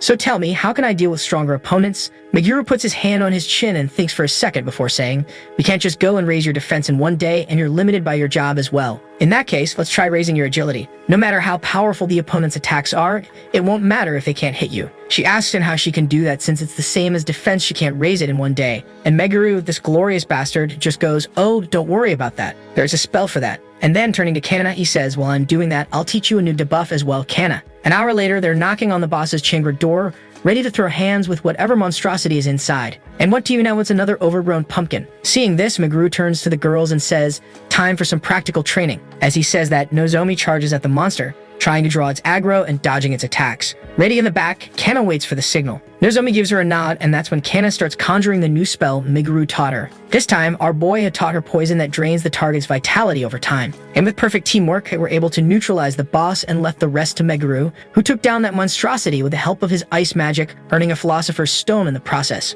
While our heroes were busy fighting monsters, Fatty and Futaba were enjoying their stay at an amusement park in Chiba. Fatty, who always wanted to talk about work, wanted to discuss the details of their next plan. And Futaba, who actually doesn't give a damn about it, just goes, sure. You've thought of all of it, haven't you? And that's when Fatty started explaining his plan, saying how the mana crystals are buried somewhere in Japan and how normally they would have no choice but to comb through the whole country. Then he slams a pouch on the table and says, but I can use these to gather them all in one fell swoop, and then goes on to list out the problems with the plan, saying how it will take a while and that doing it this way would really make them stand out. And if some powerful hunter were to interrupt him during the process, things could turn real ugly for him. Futaba's expression hardens as he mentions that, and she says, so you mean Meguru, right? Fatty nods and then tells her, so not to let it happen, we'll have to fake Matsuba's death. Futaba comments on how the plan is foolproof. Taking out a crystal from the bag, Fatty says, yeah, it is, but we never know. Something might happen. Telling her to always be ready for a fight, and she casually agrees to that. Seeing how she's not taking it seriously, Fatty told her that he is seriously counting on her, so not to mess this up. Meanwhile, back at the Hunters Association, Meguru and the team were once again at the armory. Pulling out the sword Meguru had picked last time, the chief asks him if this one will do, and Meguru just nods while thinking to himself how he didn't realize he'd need such a strong weapon as a base for enhancement if he wanted the best results. Looking at the weapon, the chief says it's not much, but this is better than any of our current weapons. Turning to the girls, he adds, it appears your companions have also found weapons for themselves. Since they all had their gear picked out, the chief told them to follow him and led them down to the basement. After they had reached the basement, he then takes the weapon from Meguru and explains that they use this place to develop the equipment that lets them manifest monsters for the promotion exams. Handing the sword to a scientist, he told him to start the enchantment process. The guy doesn't waste a single second and gets right on it. Before long, the process was complete and the chief handed the sword back to Meguru. Seeing how it looked exactly the same, Meguru asks if he's sure the process is finished. So he takes the sword to practice a few swings. He gives it a half-hearted swing since he is inside a facility, but the result completely surprises him. He comments on how the blade had gotten so much more powerful, thinking to himself, man, who would have thought technology would improve this much in just 100 years? Seeing the shocked expression on Meguru's face, the chief decides it's the right time to drop some of his wisdom. He told him that enhancement that uses the enormous energy a philosopher's stone contains was a newly discovered technology that their R&D team had created in recent years. This causes Meguru to smile as he asks the chief if the heroes know about this technology, and the chief shakes his head, saying that the heroes have no clue that they have developed this technology. He thinks how, thanks to their new equipment, the group's combat power has almost doubled. Nozomi can now tank hits better, while Kana's new staff significantly reduces the time it takes for her to cast a spell. The chief was about to request something when he got an urgent phone call. After he was done with the call, the expression on his face was practically screaming that something had gone terribly wrong. Meguru asks him if it's something that they can help him with. With a dead serious expression, the chief told him that out of nowhere, monsters had started pouring out of Matsubara's dungeon. Meguru asks the chief if that means what he thinks it means, and the chief nods. Yes, indeed. Monsters swarming out of a dungeon can only mean one thing, that Matsubara is dead. The chief then asks Meguru to put aside everything he was doing and focus on taking care of Matsubara's dungeon, because if they let things stay like that, it wouldn't be long before the fire spread to all of Japan. The chief starts laying it all out, explaining that since the dungeon master is gone, there's a high chance the whole place is going to start collapsing. He thinks for a second and tells them they can refuse the request, saying he doesn't want to force them into a suicide mission. But our boy Meguru just says he'll do it. Why? Because he wants to, and if he doesn't, who else on the planet can handle an S-rank dungeon? The chief's face just lights up, telling them to hang on while he gets a transport aircraft ready for them. A little while later, our boy and the team are on their way to Shanghai. But of course, trouble finds them before they can even land. The entire airport is swarming with monsters. The pilot gets on the radio, yelling that they can't land there, and they'll have to find another way down. The crew suggests they parachute in, but Meguru just shakes his head and tells them there's no need for that. Kana and Nozomi just look at each other, dumbfounded, probably wondering what this dumbass has planned this time. Without wasting another second, he pushes Nozomi right out the open door. Princess carries Kana and jumps out after her. As she's falling, Nozomi is cursing her soul out, thinking to herself this is how she's going to die. But before she can hit the floor, Meguru uses an anti-gravity spell, causing all of them to land safely. He apologizes to her, saying he didn't have time to explain everything, before shifting his gaze to the monsters. He conjures up his eye magic, filling the sky with ice spears, wanting to take care of the mess as soon as possible. Within an instant, he subjugates all of the monsters. Then, turning to the local hunters, he asks them if they understand the situation they're in. The hunters tell him they don't know exactly what's going on, but they're sure about one thing, that bastard Matsubara is releasing these monsters deliberately. He adds how this situation is eerily similar to 20 years ago, when the national uprising was suppressed. Listening to this, Meguru thinks to himself that bastard is doing something stupid again. But unlike the locals, he was aware that Matsubara was dead, and he decided to share that information. The locals start talking among themselves, saying how they can't be true since they just saw the bastard a moment ago. This gets Meguru's attention. He then uses his search skill and finds out how unusual this situation is. Usually, he would detect 2 sources of magic, one from the dungeon and one from the owner, but right now, he can only detect one. That could only mean one thing: the dungeon master was gone and the dungeon was collapsing. He then turns to the locals and asks them if they really saw him, and the hunter confirms it. He was about to contact the Hunters Association to let the chief know about the situation when he sensed a cold, murdering intent from behind, only to find out that it was that bastard Matsubara who was planning to attack them. Meguru instantly summons his sword from his inventory and intercepts the attack, thoroughly confused by this situation. That's when Matsubara asks him, "Were you looking for me?" Meguru's still shocked, asking him what the hell he's doing here. Kana turns to Meguru and asks, "Didn't you just say the dungeon is overflowing because the dungeon master died? So why is he here?" Meguru just says he has no idea. Clutching his sword, he mutters to himself, "I'll think about it after I deal with him," pointing his sword straight at the guy. Matsubara just clenches his teeth and lunges at Meguru with that giant hammer of his, the one that's definitely compensating for something. Meguru sidesteps his attack and mutters, "What's happening? You're not as sharp as usual." Matsubara scratches his head and says, "Don't be ridiculous. That's not true." But Meguru just fires back, "No, I just fought you not long ago, so I can't forget right now. You're weak as hell, bro." Then looking at his sword, he thinks to himself, "My stats have definitely gone up and I got this new sword, but the gap between us was too vast for something like this to overcome." But today, Matsubara doesn't have the same intensity as before. Taking a good look at him, he says it's like he's a completely different person today. Matsubara then charges at him, yelling, "Hey, don't zone out in the middle of a fight." But Meguru stops his attack easily and then, with a swift move, flings the giant hammer right out of his hand. Conjuring up a spell, he says, "I don't know what's going on here, but right now, you're weak as hell. So I'll not waste any more time. I'll finish you with this strike." Seeing this, Matsubara goes, "Looks like I have no choice but to use my trump card." Meguru launches a fireball at him, saying, "Stalling for time with small talk won't work on me." The fireball burns Matsubara to a crisp. As the smoke clears, Meguru sees 2 very familiar silhouettes. And when the smoke is gone, he sees 2 exact copies of himself standing there. The girls ask him what's going on and why there are 3 of him, while Kana adds that at this rate, she'll lose track of him. And Meguru just mutters to himself, since when was this bastard capable of doing this? The 2 copies of him, one wielding a sword while the other one uses magic, both say at the same time, "We have the same abilities as you." Now the tables have turned, and then they charge at him. Meguru counters the first one effortlessly, thinking to himself how the technique this clone is using is the same as his, but the power behind the blows is weaker. Just then, his other clone attacks him with magic. Meguru dodges his attack, thinking how dealing with multiple opponents at the same time is a pain in the ass. The clone launches another fireball while he's busy dealing with the other one, and Meguru doesn't notice it until it gets dangerously close. He intercepts the fireball at the very last moment with an attack of his own, barely making it out of that one. He then notices the symbol on the clone's hands, thinking to himself how it's different from before, wondering if those patterns change. But then he quickly dismisses the idea, saying all these inconsistencies will start making sense if I assume that this guy is fake. Then he finally figures it out. It's the fatty's doing. He recalls that the fatty's ability includes summoning creatures at will, thinking to himself that he must have killed Matsubara and then summon him as one of his own. Meguru grins, looking at the clones as he says, "Your emblem's power lets you copy other people's appearances and techniques, but you can't copy their actual stats, can you?" He then bites his thumb as blood starts to come out and one of his skills activates. Turning to the clones, he says, "This light is a magical glow that can only be produced by my blood. And with this, we can distinguish the fake, right?" Kana and Nozomi nod in agreement. Meguru then says, "I've figured out how to beat you guys," as he orders the girls to follow him. Our boy puts the pieces together. He thinks to himself that the clone's strength might probably depend on how much juice Hidaka pumped into them. So when he split the magic to make 2 clones, they must have gotten weaker, and that was what he was counting on. Meguru was planning to use that exact weakness to his advantage. He orders Nozomi to take the sword guy, saying that he'll handle the other one. And she doesn't waste a damn second, charging right at the clone. The second clone tries to butt in, but Meguru is right there to counter its attack. Just then,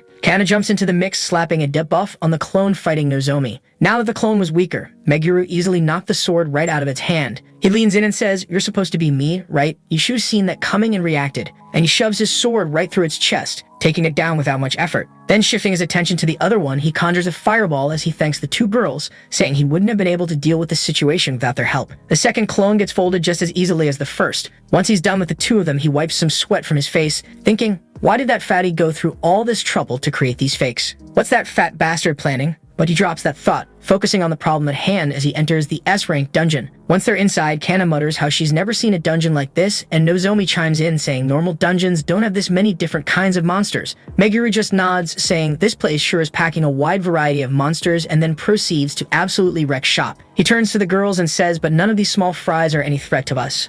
Both girls just shout back, speak for yourself, dumbass. Though these monsters were stronger than most of the monsters they had fought, they were determined to prove themselves. Nozomi comments on how the beasts in here are almost at the same level as the ones they fought outside, adding how they sure are tough, but thanks to their new weapons, they can take them down. Meguru, who had just taken care of a beast of his own, adds it's not just the weapon, it's the user. If the user isn't skilled, then the weapon is pointless. The fact that you've managed to keep up with me is proof that you guys have gotten stronger. After fighting through waves of mobs, they were finally at the boss's chamber. Looking at it, Meguru says, alright, let's open it. As they open the gate, they're greeted by some weird-ass hybrid between a gargoyle and a goblin. That bastard lunged at the group the minute they entered. Nozomi charged in like always with those agile moves of hers, drawing the aggro of the boss while Meguru was in the back charging up his spell. So while the boss was busy dealing with her, he attacked it from behind and it worked. A few of his ice spears managed to injure the boss. Then he himself decided to enter the battlefield. He charged at the boss and used the abyss spell on it while it was still dealing with Nozomi. And just like that, the S-rank boss got folded so easily. The girls looked at each other, all smiles and happy, celebrating their victory. But Meguru looked at the shimmering portal and told them that the real challenge starts now, telling them to stay sharp. Nozomi asks him what he's talking about, saying, wasn't that dude the boss of this dungeon? Meguru looked all confused by their question as he said, judging by the sheer amount of magic coming from this dungeon, there's no way this is the final room. After all, this is an S-rank dungeon.